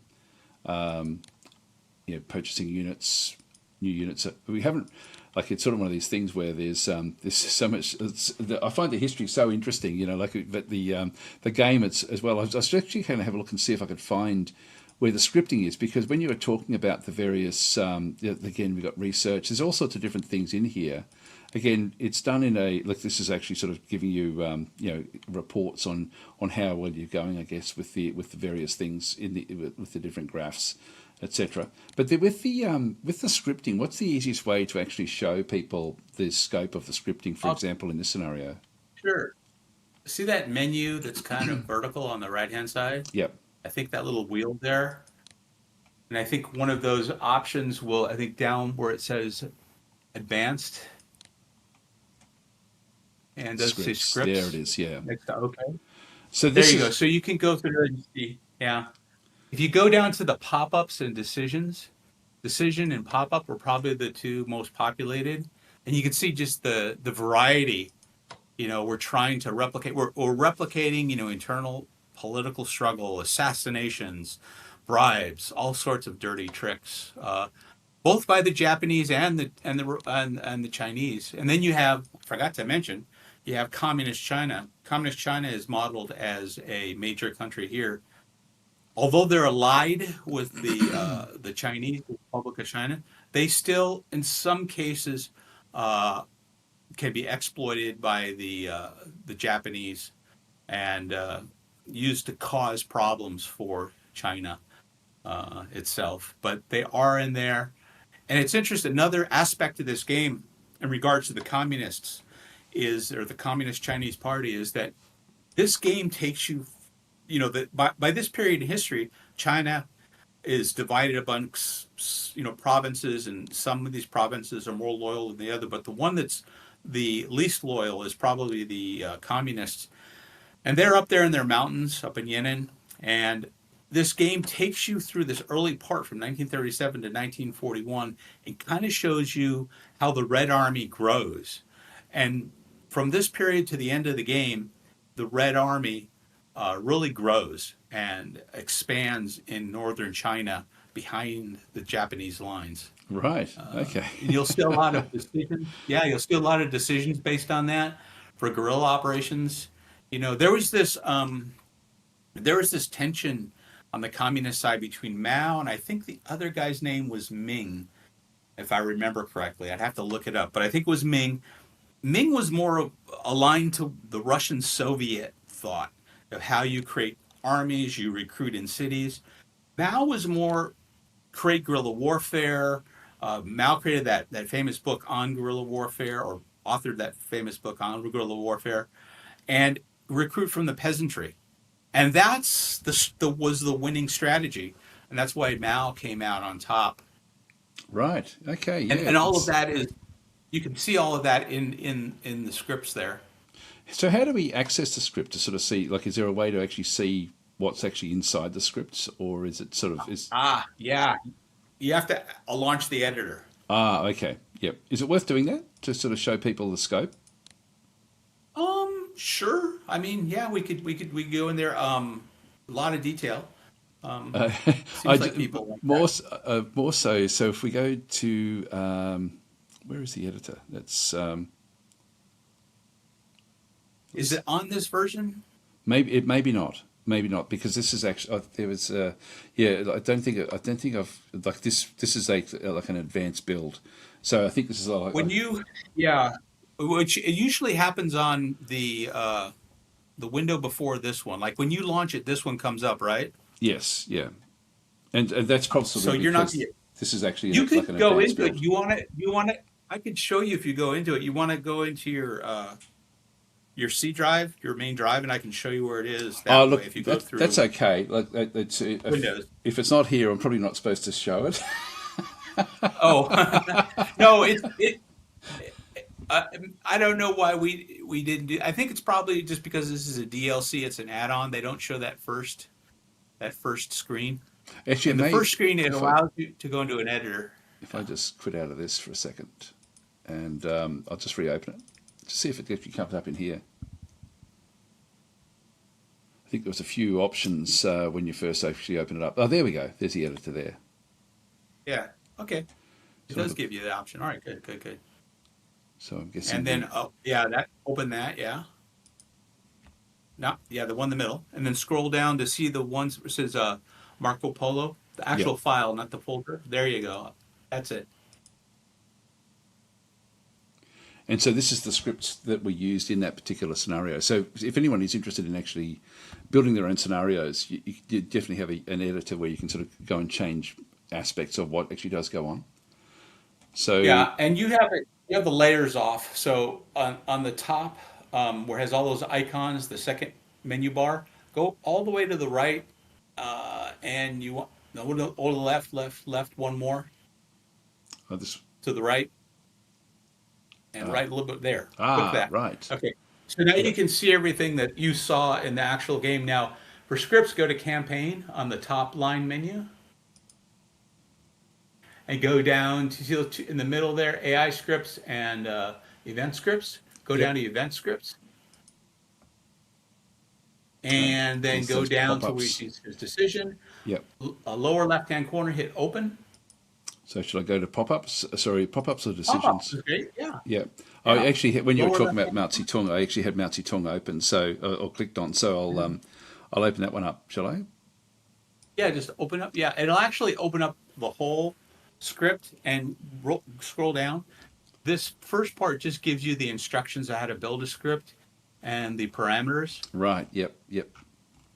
And you just keep going down. They'll give you some more information that's used, some of the information that you'll need to plug in depending on what country or what piece of equipment or time of year it is. That's great that you've put all this And then information in there's for the people. first, that's the first script there, the Japanese strategic situation. Yep. The tags go, so depending on what you want to view your game in, Chinese, French, German, we have different languages. So those tags refer to other files that have that language that you specified in your setup.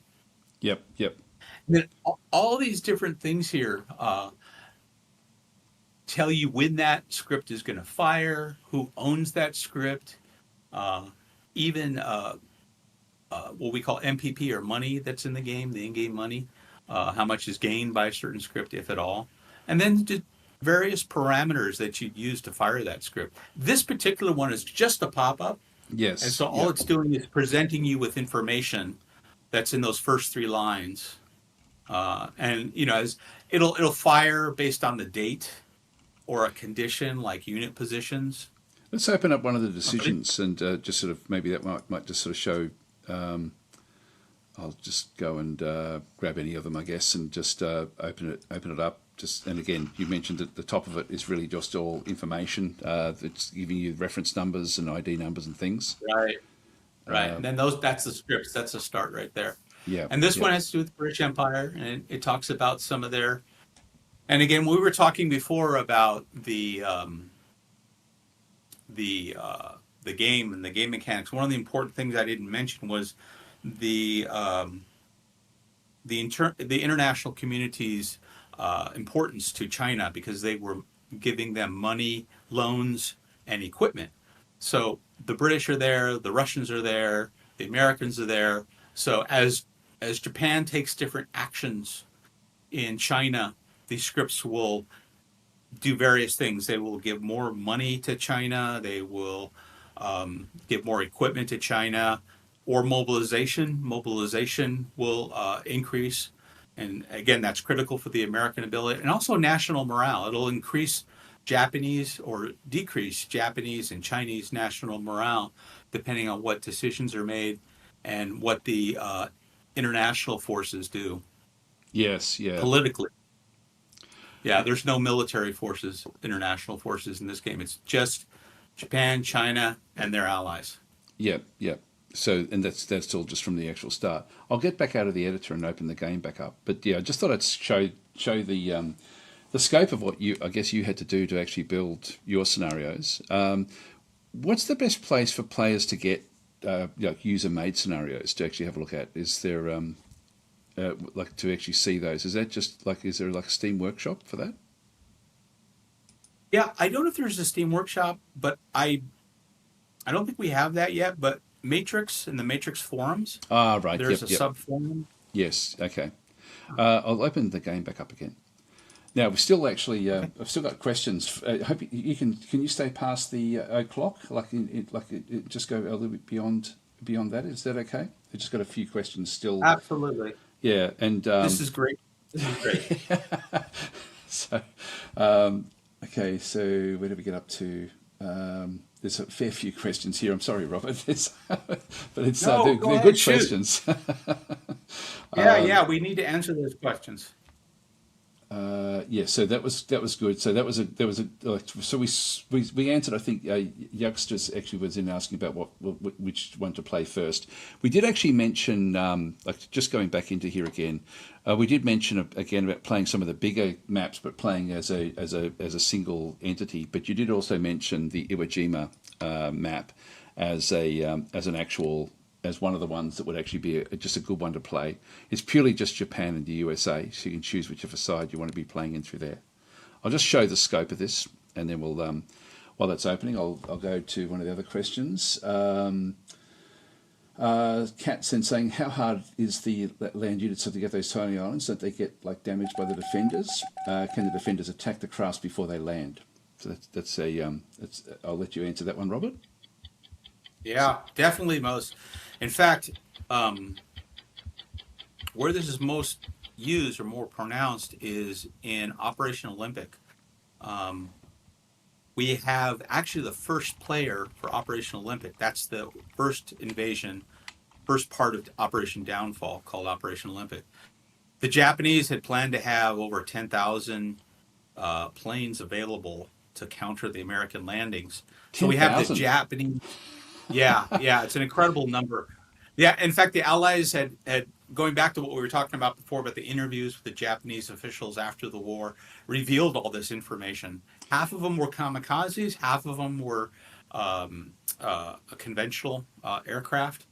How did they manage to get that sort of number at that stage of the war? It's amazing. It's amazing, isn't it? The Japanese were still producing. Their main problem was oil, not the production of aircraft. Wow.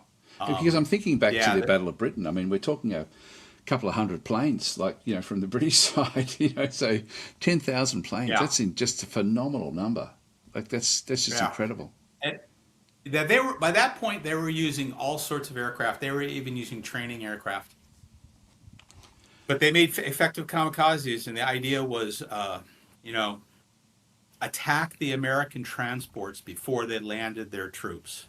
Yeah. Which was different than Okinawa. Okinawa, they were targeting the carriers and the battleships, which could absorb more. But this, this battle right here doesn't have that. This battle is Iwo Jima, a historical battle where the Americans had air superiority.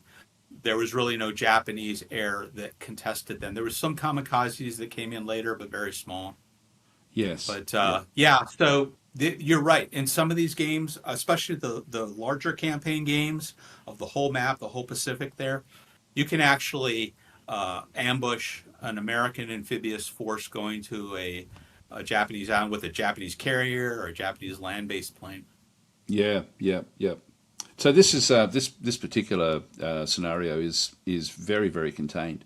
So you're suggesting that probably as someone who's first starting to play the game, this is a good one to play. And this is one of the base game campaigns. This is not part of the DLC.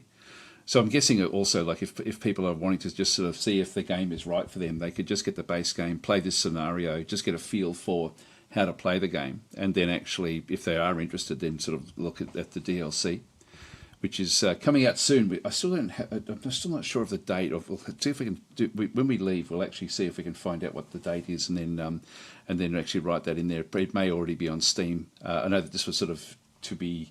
We were live streaming at the time when all of that was going to be put onto the onto the Steam area. So we'll have a look at that at the end of it.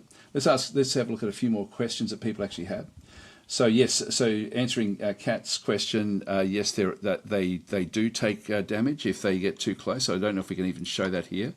If I move this one in, I'll just move it in to there and then move. Yeah, what you'll see is if you move those ships close to those Japanese artillery, what'll happen on the Japanese turn, they'll attack those ships. Oh, okay, right, yep. So, but I've also noticed that when I did play, I forget which scenario I was testing as well. There was attrition with landing forces if they landed at a location. Some of the locations they did attract attrition. Yeah, they sure do. The better defended a spot, the more. Yeah, so there you're seeing the Japanese guns fire, and then there's more attrition because that spot is better defended. So that was actually a perfect example where the landing craft were attacked, and then the actual force was attacked as it moved into there. So that does show that aspect, I guess, of the game. I'll go to another question. So we've got Curry Muncher saying, would Japan have been as bold if USA had not been so involved with the European theatre? That was one of the considerations, I believe, that the Japanese thought. They knew that, America had a big Lend-Lease program supporting the British and then later supporting the Russians. So I think part of the calculus of Pearl Harbor was, well, the Americans are really involved in Europe a lot more. Plus, I believe, I'm reading a couple new books about this time period too with new thoughts. A lot of the Japanese may have thought that the German U-boats would have done so much damage to the British that the Americans would have had to move more ships into the Atlantic. So there was this thought on the Japanese side that because they had an ally in Germany, that would have pull off some of the pressure that they were getting from the Americans. Yes, yep. So so that's interesting because I mean, I guess the Pearl Harbor attack was then the impetus for America to really sort of get into the war directly. But before then, you're sort of talking more about economically. They were sort of very committed to Europe at that point in time. Yeah. America was very anti-war at the time. If everybody's familiar with it, they didn't join the League of Nations. Woodrow Wilson, after World War II, couldn't get the Treaty of Versailles moderated. It became something that was a contributing factor to Germany and Hitler's rise. So America really withdrew from the world. And even in December of 1941, on the eve of Pearl Harbor, America still was nowhere, or the American public, I should say. I think the government recognized the need to prepare for war, but the American public was like, no, we don't want to be part of that. But it wasn't until America was attacked, then the the American public came on board fully. Yeah. And it was even a problem for the planners because the American public wanted us to go full bore in Japan. They didn't want us to, have that Germany first policy. So it was really a delicate balance that the American government was trying to strike. Yes, yeah. I guess it played so many sort of roll-on decisions as well, like even within Europe itself, like with he was going to sort of be overall supreme commander and also all those sorts of decisions. I think there would have been a lot of concessions, I guess, from the British side with the decisions that the Americans had to make. I guess would that have played a role, like even thinking back into like the other side with Eisenhower sort of being put in charge of everything back over there? Yeah, it was funny. Even though you had that politics in Europe, Northwest Europe going on, and what we were going to do, especially in the Mediterranean. The Mediterranean strategy The Americans didn't like what the British wanted to do and wanted to focus on France. But in the Pacific, it wasn't so much allies at odds; it was the Army and the Navy. Oh, okay. Who's going to be? Yeah, it was who's going to be the commander of the invasion force for Yep. Japan. Operation Downfall. It was between Nimitz and MacArthur, and they worked out this weird thing afloat. When the ships were at sea, it would be the Navy, Nimitz, and when the ground forces landed, it would be MacArthur, the Army, and that was sort of the first steps that the United States had taken to what our current doctrine is in the United States and how we handle amphibious operations in the United States. The naval commander, the commander of the task force is in charge, and I think the British do this too. I think they did this during the Falklands, and it didn't pass control until the troops get ashore. Oh, right. Yeah, that's interesting. Very, Yeah, very interesting. yeah, I'll, yeah, I'll go to another question. So we've got the, what do we get up to? Okay, so Youngster is saying that take the Philippines and you would have you've cut the Japanese Empire in two. That was yeah, very difficult though, wasn't it? yeah. Very difficult.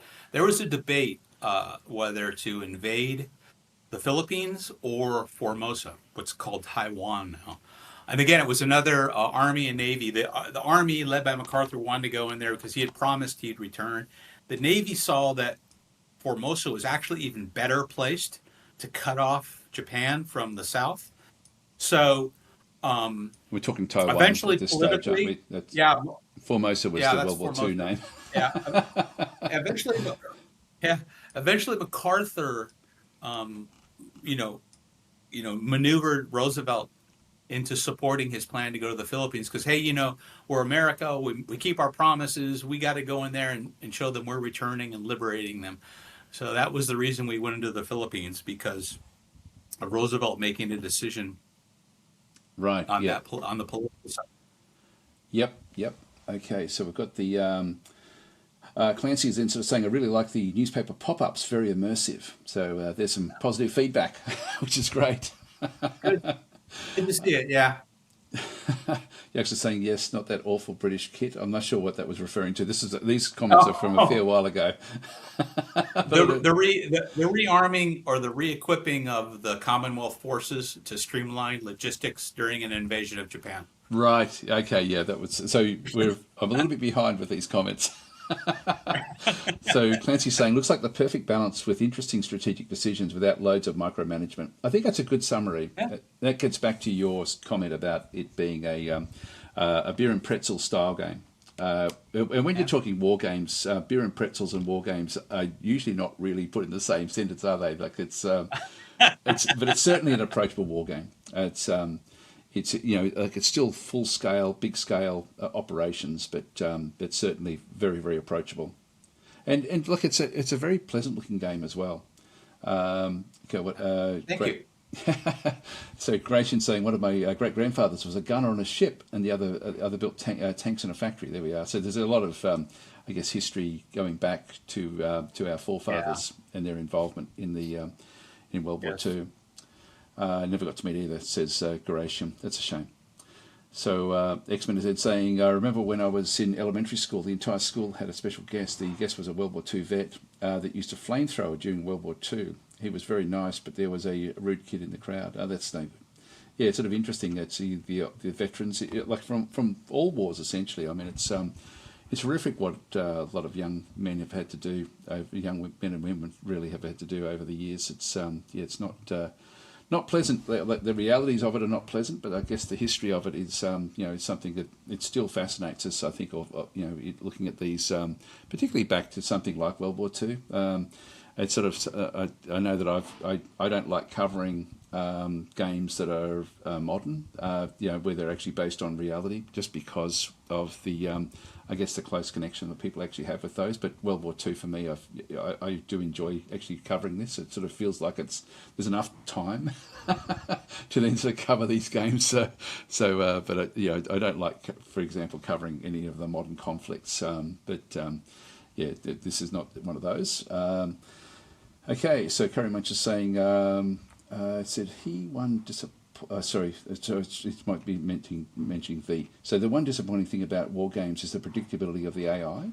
Do you want to talk about that at all, Robert? Is that something that because I know that, Yeah, it, yeah, it's getting better, right? It's coming along so that now us as designers we can get in there and give some prompts to the AI through scripts, and these prompts will probably get streamlined as we go for the you saw the scripts and you saw how detailed they are. I can imagine I can see a day where we're able to script 10, 15, 20 times more than what we're doing now as tools develop. But I think that's an app description, right? The AI, especially if you're an experienced gamer, you're going to figure out how the AI works and you're going to be able to beat it. There's a whole group of players that don't even like to use the AI. They just like to go head on with play by email or hot seat. Yeah, and you'll see it in a lot of YouTubers that will have head-to-head competitions and they just have different videos of their competitions with other players. But yeah, a lot of people find it more enjoyable to go head-to-head, and I think IA is going to continue to improve. yes, yeah. And so with the scripting again, I guess with the game, I think that people may think that scripting means that when you hit a certain area of the game, something always happens. But you've actually got like things where there's a percentage chance that something will happen, won't you? Once as well within your scripts. So some things are 100%, but other things can actually have like a smaller percentage. So you don't like there's a degree of I guess randomization even within the scripting itself. Would that be fair to say with how you've sort of had to then go and think about the actual campaigns that you then built for the game? Yeah, that's true. Yeah, you have to set up the script so it increases that playability or play balance, whichever you're going for. So some of your scripts you might want to have at 100%, not because it was a historical event, but because it adds. If you give that decision 100% of the time to the human player to make, you have to that puts them in a quandary. Do they choose A or do they choose B? And each one they have to weigh given how the game is going. Other times it may be a beneficial script and you may want to make it as low as 10%, 20% chance of firing or triggering. So it just depends. You want to be able to use that percentage to the play for the playability. Right. Yes. Yep. Yeah. That makes sense. Perfect sense. Okay, so we've got Curry Munch was then saying the first game on computer was the Battle of the Bulge on Spectrum 128. I don't know about that. That's outside of what I did. My first computer was a TRS-80. So was I it think I Radio had a Shack? Commodore 64. Oh, okay. There we go. Yeah. Jill was saying, I did this with World War One. It was a total mess. AI just always in my way. I'm not sure what that was referring to, but whether that was, I'm not sure what that comment's about. Radupu is in saying, this looks so sick, I'm in. Lol. Oh, good. That's great. Good. And Goration saying, it's got this is the last question that we've got at this stage. So question for Rob. Was it hard learning about some of the inhumane stuff that happened while making this game? Anything you didn't include? Yeah, I was it hard? Did he say was it hard to learn? Yeah, was it hard learning? I think he means was it difficult for Hard you? learning, I see. Yeah, from a perspective of like what do you filter into or out of a game like this, and as you sort of come across, and one thing we actually haven't spoken about, and I do want to actually get back to is the and probably finish off that way is actually the campaign in Burma. Which we haven't actually touched on at all, and that's there were some horrific things that actually happened there. In fact, I might just open that up while we discuss this. Just go back out. Yeah, to answer the question, yeah, you have to, when you're researching it, you have to bring in information into the game and you have to model that according to, I guess, the parameters of the game. In this game, Strategic Command, we make, I would say, peripheral.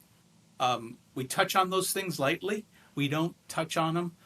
For example, in the China scenario, in the Marco Polo scenario, you'll see when the Japanese occupy the capital of China, which is Nanjing, or Nanking, as it is on the map. that the Japanese lose some national morale. We don't say why it was, but what we're doing there, we're silently acknowledging what happened in Nanking after the Japanese occupied it.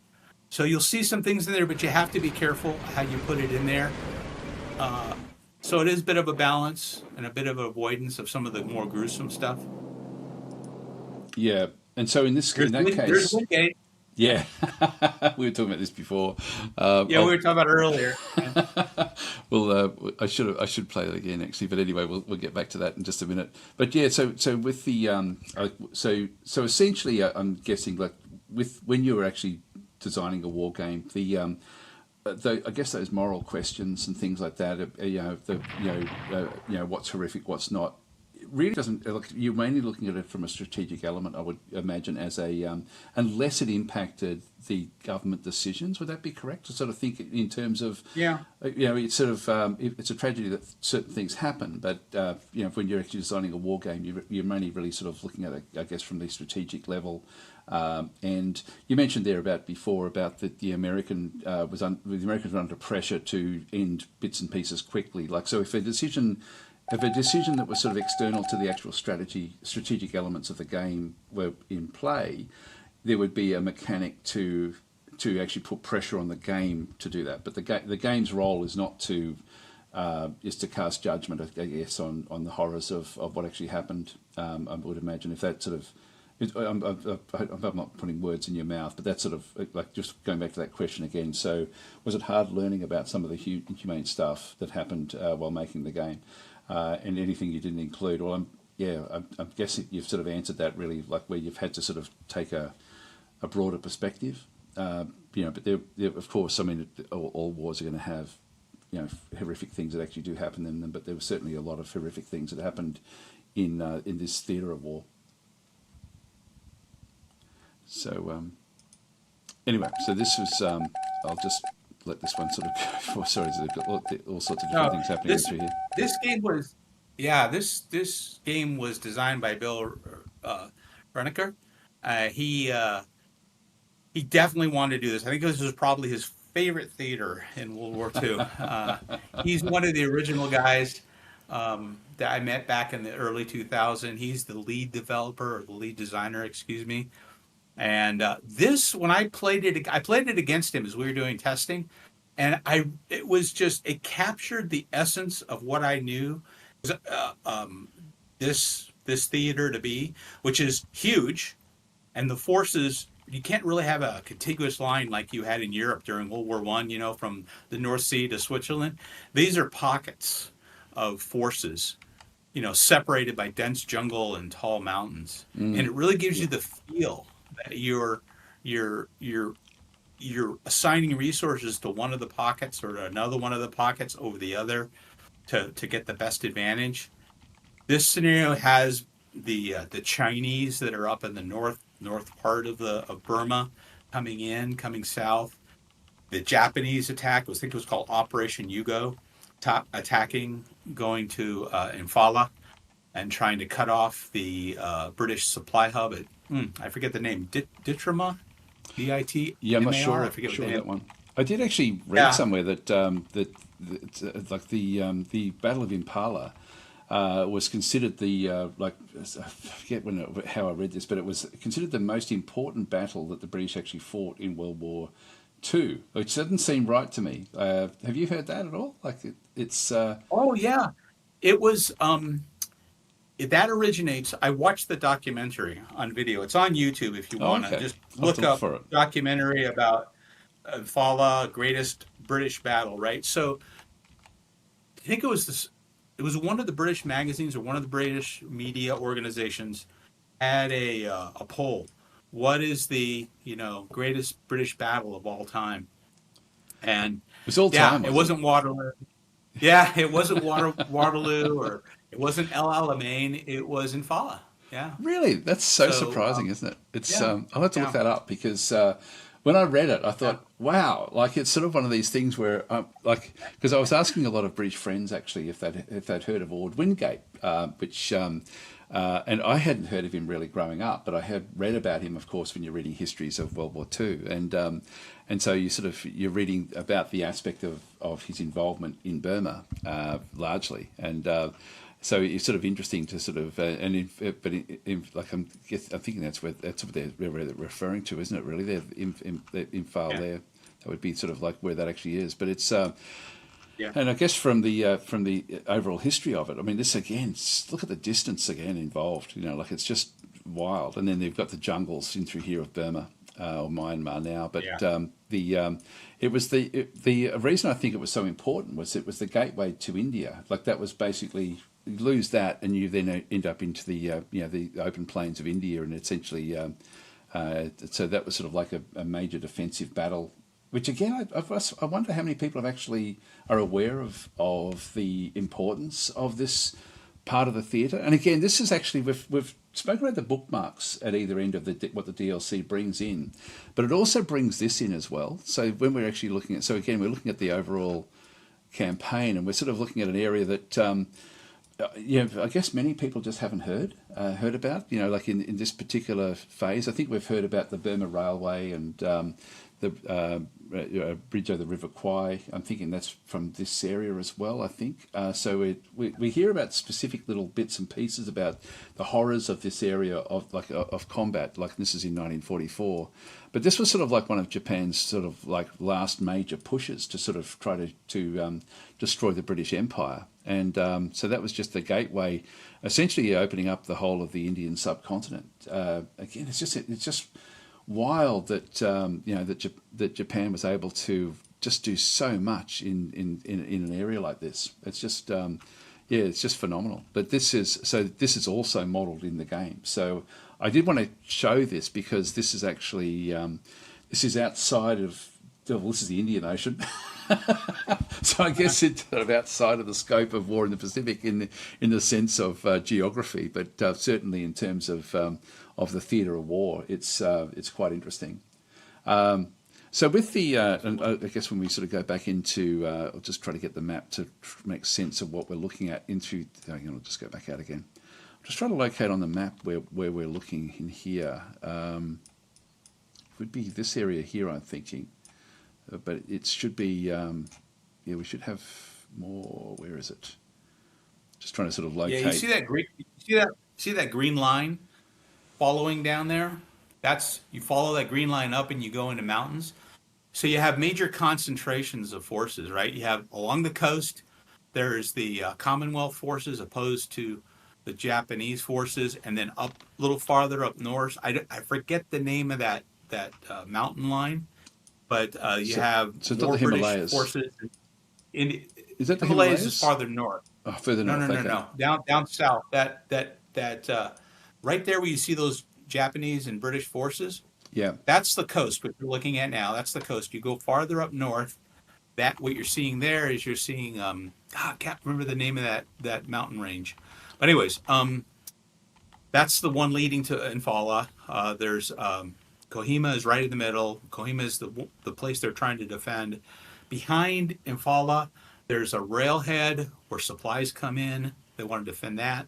And then you go farther north, even farther north, you start to see the Chinese forces that are in North Burma. And then you go to the east, you're going to see more Chinese forces that are coming out of Yunnan. So it's got every force. It was definitely a multinational force. Yeah. And like we were mentioning before about Ord Wingate and his forces, and I think these are modelled around his. That's it. Yeah, is that his? Yeah, they're the Chindits. Yeah. Yep. Yeah, that's models so that you're seeing those forces land behind enemy lines and cut off the Japanese logistics, which was Wingate's brainchild.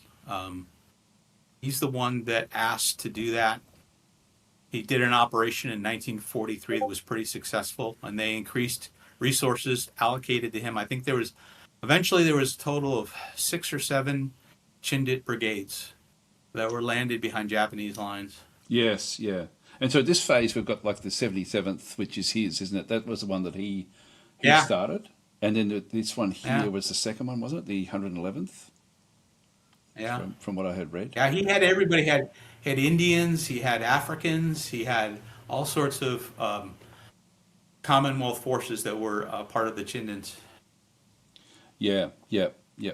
So it's yeah, it's interesting actually, and I had also read that because he was so successful with these, I guess you'd call them commando raids. It's sort of interesting, like because the commandos really sort of came into their fore in North Africa, yet he sort of revolutionised so much of this sort of behind the lines jungle warfare. I mean, it's sort of reading about the trials that his forces had to go through to survive, and all the different bits and pieces that they had to do, sort of like in behind the lines. It must have been horrifically hard. He seemed to Yeah. like reading about it though. He just seemed to absolutely just love the difficulty that was presented. It's interesting, very interesting character. It's sort Yeah. of, but he's probably. I don't think he's as well known as I thought he would be quite well known particularly in Britain, like where I would have thought he would have been one of the heroes of empire. Yeah. I mean, I don't know if his statue is in London. When I visited London, I saw a statue of Montgomery. Right. I Yeah. would imagine he would have his own statue. I don't know though, but I would think he was at that that caliber of a general where he should have been Yeah. uh, given his. Well, he was sort of Montgomery level, wasn't he? Back in the middle of the war, like he was. I mean, I think he died before the war ended, like in a plane crash or something. That. Yeah, in fact, in this battle, Oh, really? uh, near the end of it, yeah, he was. I think he was going back to 14th Army to get some information or had a conference, and on their way back, I believe that's when he and his plane crashed. Yeah. Yeah. So, but again, this is an area I was very pleasantly surprised to see this actually in the DLC, to be honest, because this was actually what like it surprised me in such a pleasant way, because I thought, oh wow, this is not just focused on the same areas that we had been looking at before, and similarly with the Marco Polo side as well. Like it really has, you've taken the war in the Pacific outside of the Pacific to a large degree in this particular in the scenarios that you guys have actually put together, or the campaigns that you guys have put together in the actual game itself. It's yeah, extremely well done. I think I'll just see if there's any other questions. We've got a few in there. Yeah, Garation saying yes, that's what I mean. So that was the question about the inhumanity that you had to then sort of try to balance into gameplay, and how that one did. So we've answered that one. Brian is then sort of saying, I'm looking for a game that isn't as dense as War in the Pacific by Gary Grigsby. Would this be a good alternative? I can answer. Yeah, I would say any game. yeah, Any game is going to be easier. No, look, I'm not disparaging War in the Pacific by Gary Grigsby or any of the Gary Grigsby games. They're just the scale of those is next level, and so if you are it's a looking, good contrast. yeah, yeah, it's and look, I know that people who play War in the Pacific or War in the East or War in the West games, like they love them, and that's fine. But yeah, I'm very much like what Robert said. Like I'm more of the beer and pretzel sort of approach, where you can get in fairly quick. Play your turns, things make sense. In this case as well, like there's even the overall look of it. It's just more approachable for, I guess, the not the hardcore wargamer. I mean, that's actually probably not fair to the game to a large degree, because there's a lot in the game. It's just approachable. So there's it's not a simple game, or like like it does surprise you with what actually is put into it, but it's just so much more approachable than those massive games. So Brian, I would say if you are looking for a game, if the Pacific Theatre is something you are interested in, then but you are finding War in the Pacific by Gary Grigsby, the scale of it too much, then I think this would be the perfect game. In just from my perspective anyway. I get scared of those big games. These games are much more approachable. Well, we have definitely gone over time, Robert, and so I guess we should actually. I'll just get back. Actually, before we go, we do have to see if we can find out the actual timing Let's have a look and see if there's anything that's been added into onto the Steam page at this stage. I'll just do a refresh. And you don't know that when this DLC is due to release, do you? I heard of a date, but I don't know if that's still the date. Is anybody online that from a Slytherin? Yeah, I don't think they may not be. They may not be. Maybe it was something that I don't want to say anything because I don't know if they wanted to reserve that for something else or it has changed. It does say now actually that we're going to be talking about it. It says the release date will be revealed at the end of the stream. Yeah. So I mean, am I supposed to tell you the date I know? Well, I don't know. Let's use that with our fingers crossed. So if you're watching this, the date we think it is I'll leave over to you, Robert. Sometime this summer. It does say Q3. Yeah, it says Q3. So it's in July though, isn't it? Is that the working date? That's in our summer. That's right. Yeah. So I thought I had seen a date. I'm just going to have a quick look and just see if anything was sent to me. Just bear with me and just bear with me, guys. Sorry about this. Just quickly go across and get all these things in.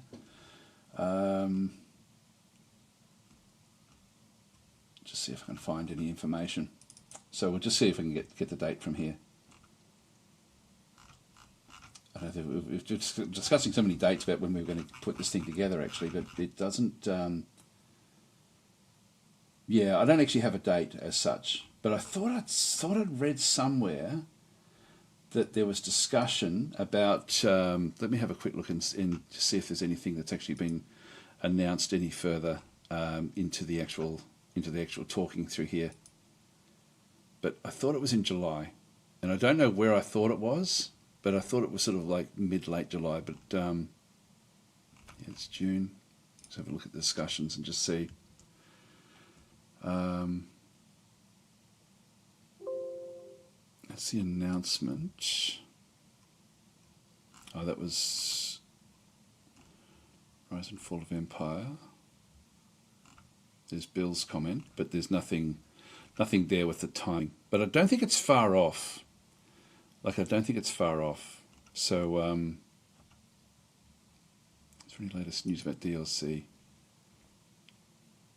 Yep. So again, Bill has. So Bill is one of the other very central people that has been involved in the in the development. Which and Bill was actually the main scenario designer, I believe, of that previous one that we were looking at with the Impala sort of. Assault in through there. Which again, the scope of this game is very, very interesting. Finally, my green screen's finally working. I don't know what's happened there. It's been getting worse and worse as the sun rises where I am, but for some reason it's now sort of kicked in. It may just be it's probably actually, you know what it is? It's probably the greenness of the map is probably reflecting back and causing issues. But anyway, it seems to have fixed itself. I've been looking at it thinking, I can't fix it because it's all live. But yeah, so we don't have an actual date, but it is going to be very, very soon. So I'll just go back out again to sort of show the scope of the game. Let's actually maybe just talk very, very briefly at the back end here of the various. So we've got Marco Polo to Pearl Harbor. We had a look at that one, which is mainly sort of from around Beijing or Peking into that portion of China. The Day of Infamy, we're looking at the large. Now, this is not part of the DLC. This one is actually the part of the core game. The Summer of Decision is actually the DLC. This is the May the 1st, 1942 to 1945. So again, we've sort of got like a very, very large maps in both of those. We've got another core game. I'll just skip over the core games. Solomon's Campaign is the one we covered last time, just to sort of have a look at at that one. Again, this was actually a fairly well contained map. So people that are newish to the game, that's actually not too bad to sort of get into as a fairly quick one to sort of see different aspects. Impala, we've actually, or Impala and Kohima. This is actually the one that we just had a look at. So this is, again, Bill Runiker in through there is actually the designer of this particular one. But this is the Ord Wingate. If you do know of Ord Wingate, this is essentially that Chindits, which is behind enemy lines, but there was a lot of other forces. Actually, one thing I did read about Ord Wingate was that he really wanted to almost have the whole army operate behind lines, and it was the high command. Was it General Slim? I think, or was it Slim or? Yeah, Slim. You're right. Yeah, and because again, it's funny the history of all these different people, because wasn't Slim in charge of a portion of the Middle East when Wavell? Yeah, I think he was. I want to say Syria. I could be wrong. I'd have to look it up. Yeah, because didn't he work underneath Wavell? Wavell was in control of everything from Asia through to North Africa, and then they had to split it. Yeah, I don't think he ever made it to the Western Desert, but I think he was either Ethiopia or Syria or maybe both. I can't remember. Yeah, and then they had to split the command, I think, and then Slim then took this portion, like India, I think. But I may be wrong about that. But anyway, I think Slim was originally he was in the British Army of India, so and then he was moved over to the Middle East and then moved back to India. Yeah. So. Yeah. I'd have to check my facts on that one. And he was the one that actually said to Ord Wingate, "No, you're not going to. We need normal forces to be able to defend." Because I think also with Ord Wingate, with the way that he was able to move so easily through the jungles, it actually allowed the Japanese then thought, if he can do it, we can go the other way. Which is why the Imphal campaign. It was almost that we were talking there about. You mentioned about the 1943. Attacks from Ord Wingate, and then there was I think that when the Japanese just saw how well he could move around, they then thought, well, we could go the other way and actually look at invading India. Is that have you sort of come across that at all, or is that just? No, I haven't, but I can imagine that was in their thought patterns. Yeah. So anyway, we've got the Imphal and Kohima sort of in there in 1944. Marianas is going to be base game. August Storm base game. Iwo Jima base game. Okinawa is now, we're looking at the rise and fall of the Empire DLC. So we're looking at again a new thing, which Robert was the designer of this particular game, or this particular, we're calling it a game. When we've been talking about game, we're talking about campaign. Just so that people don't think it's actually a whole separate game. So it's just part of the new DLC. This is a campaign within the DLC.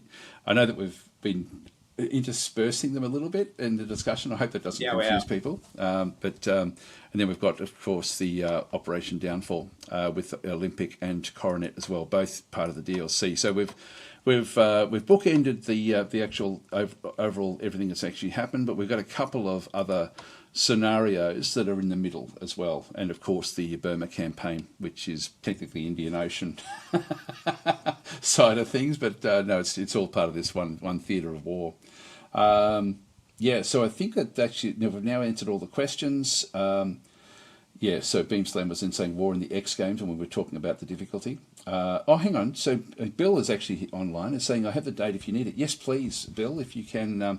Just so we can make an announcement at the end here, that'd be fantastic. So Bill, of course, the designer of the Imphal and campaigning through here, and along with a lot of the others as well.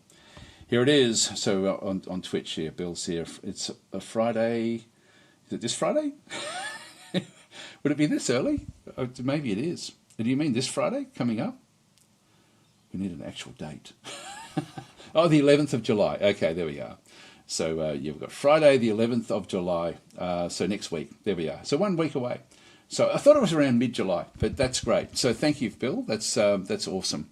So we have been able to now give correct information. Bill, of course, from Fury Software. So that will be an absolute date. It's building up some tension. Yeah, thank you.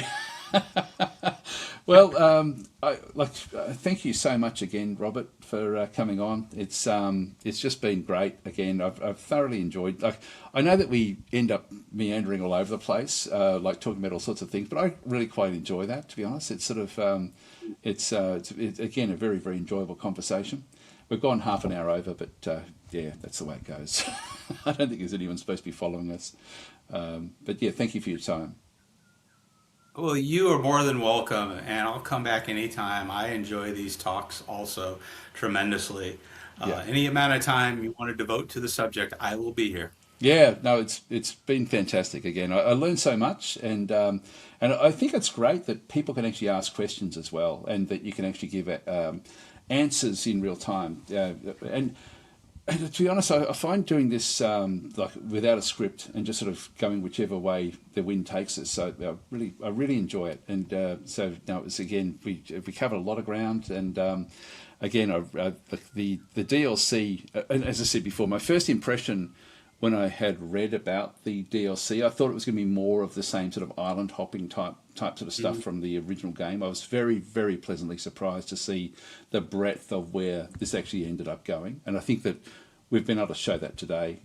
Just the scope of what the DLC is going to actually add to the base game. So yeah, I hope that it all goes very, very well for you and the guys at Fury Software. Yeah, it looks fantastic. So yeah, thank you for your time, and yeah, good luck.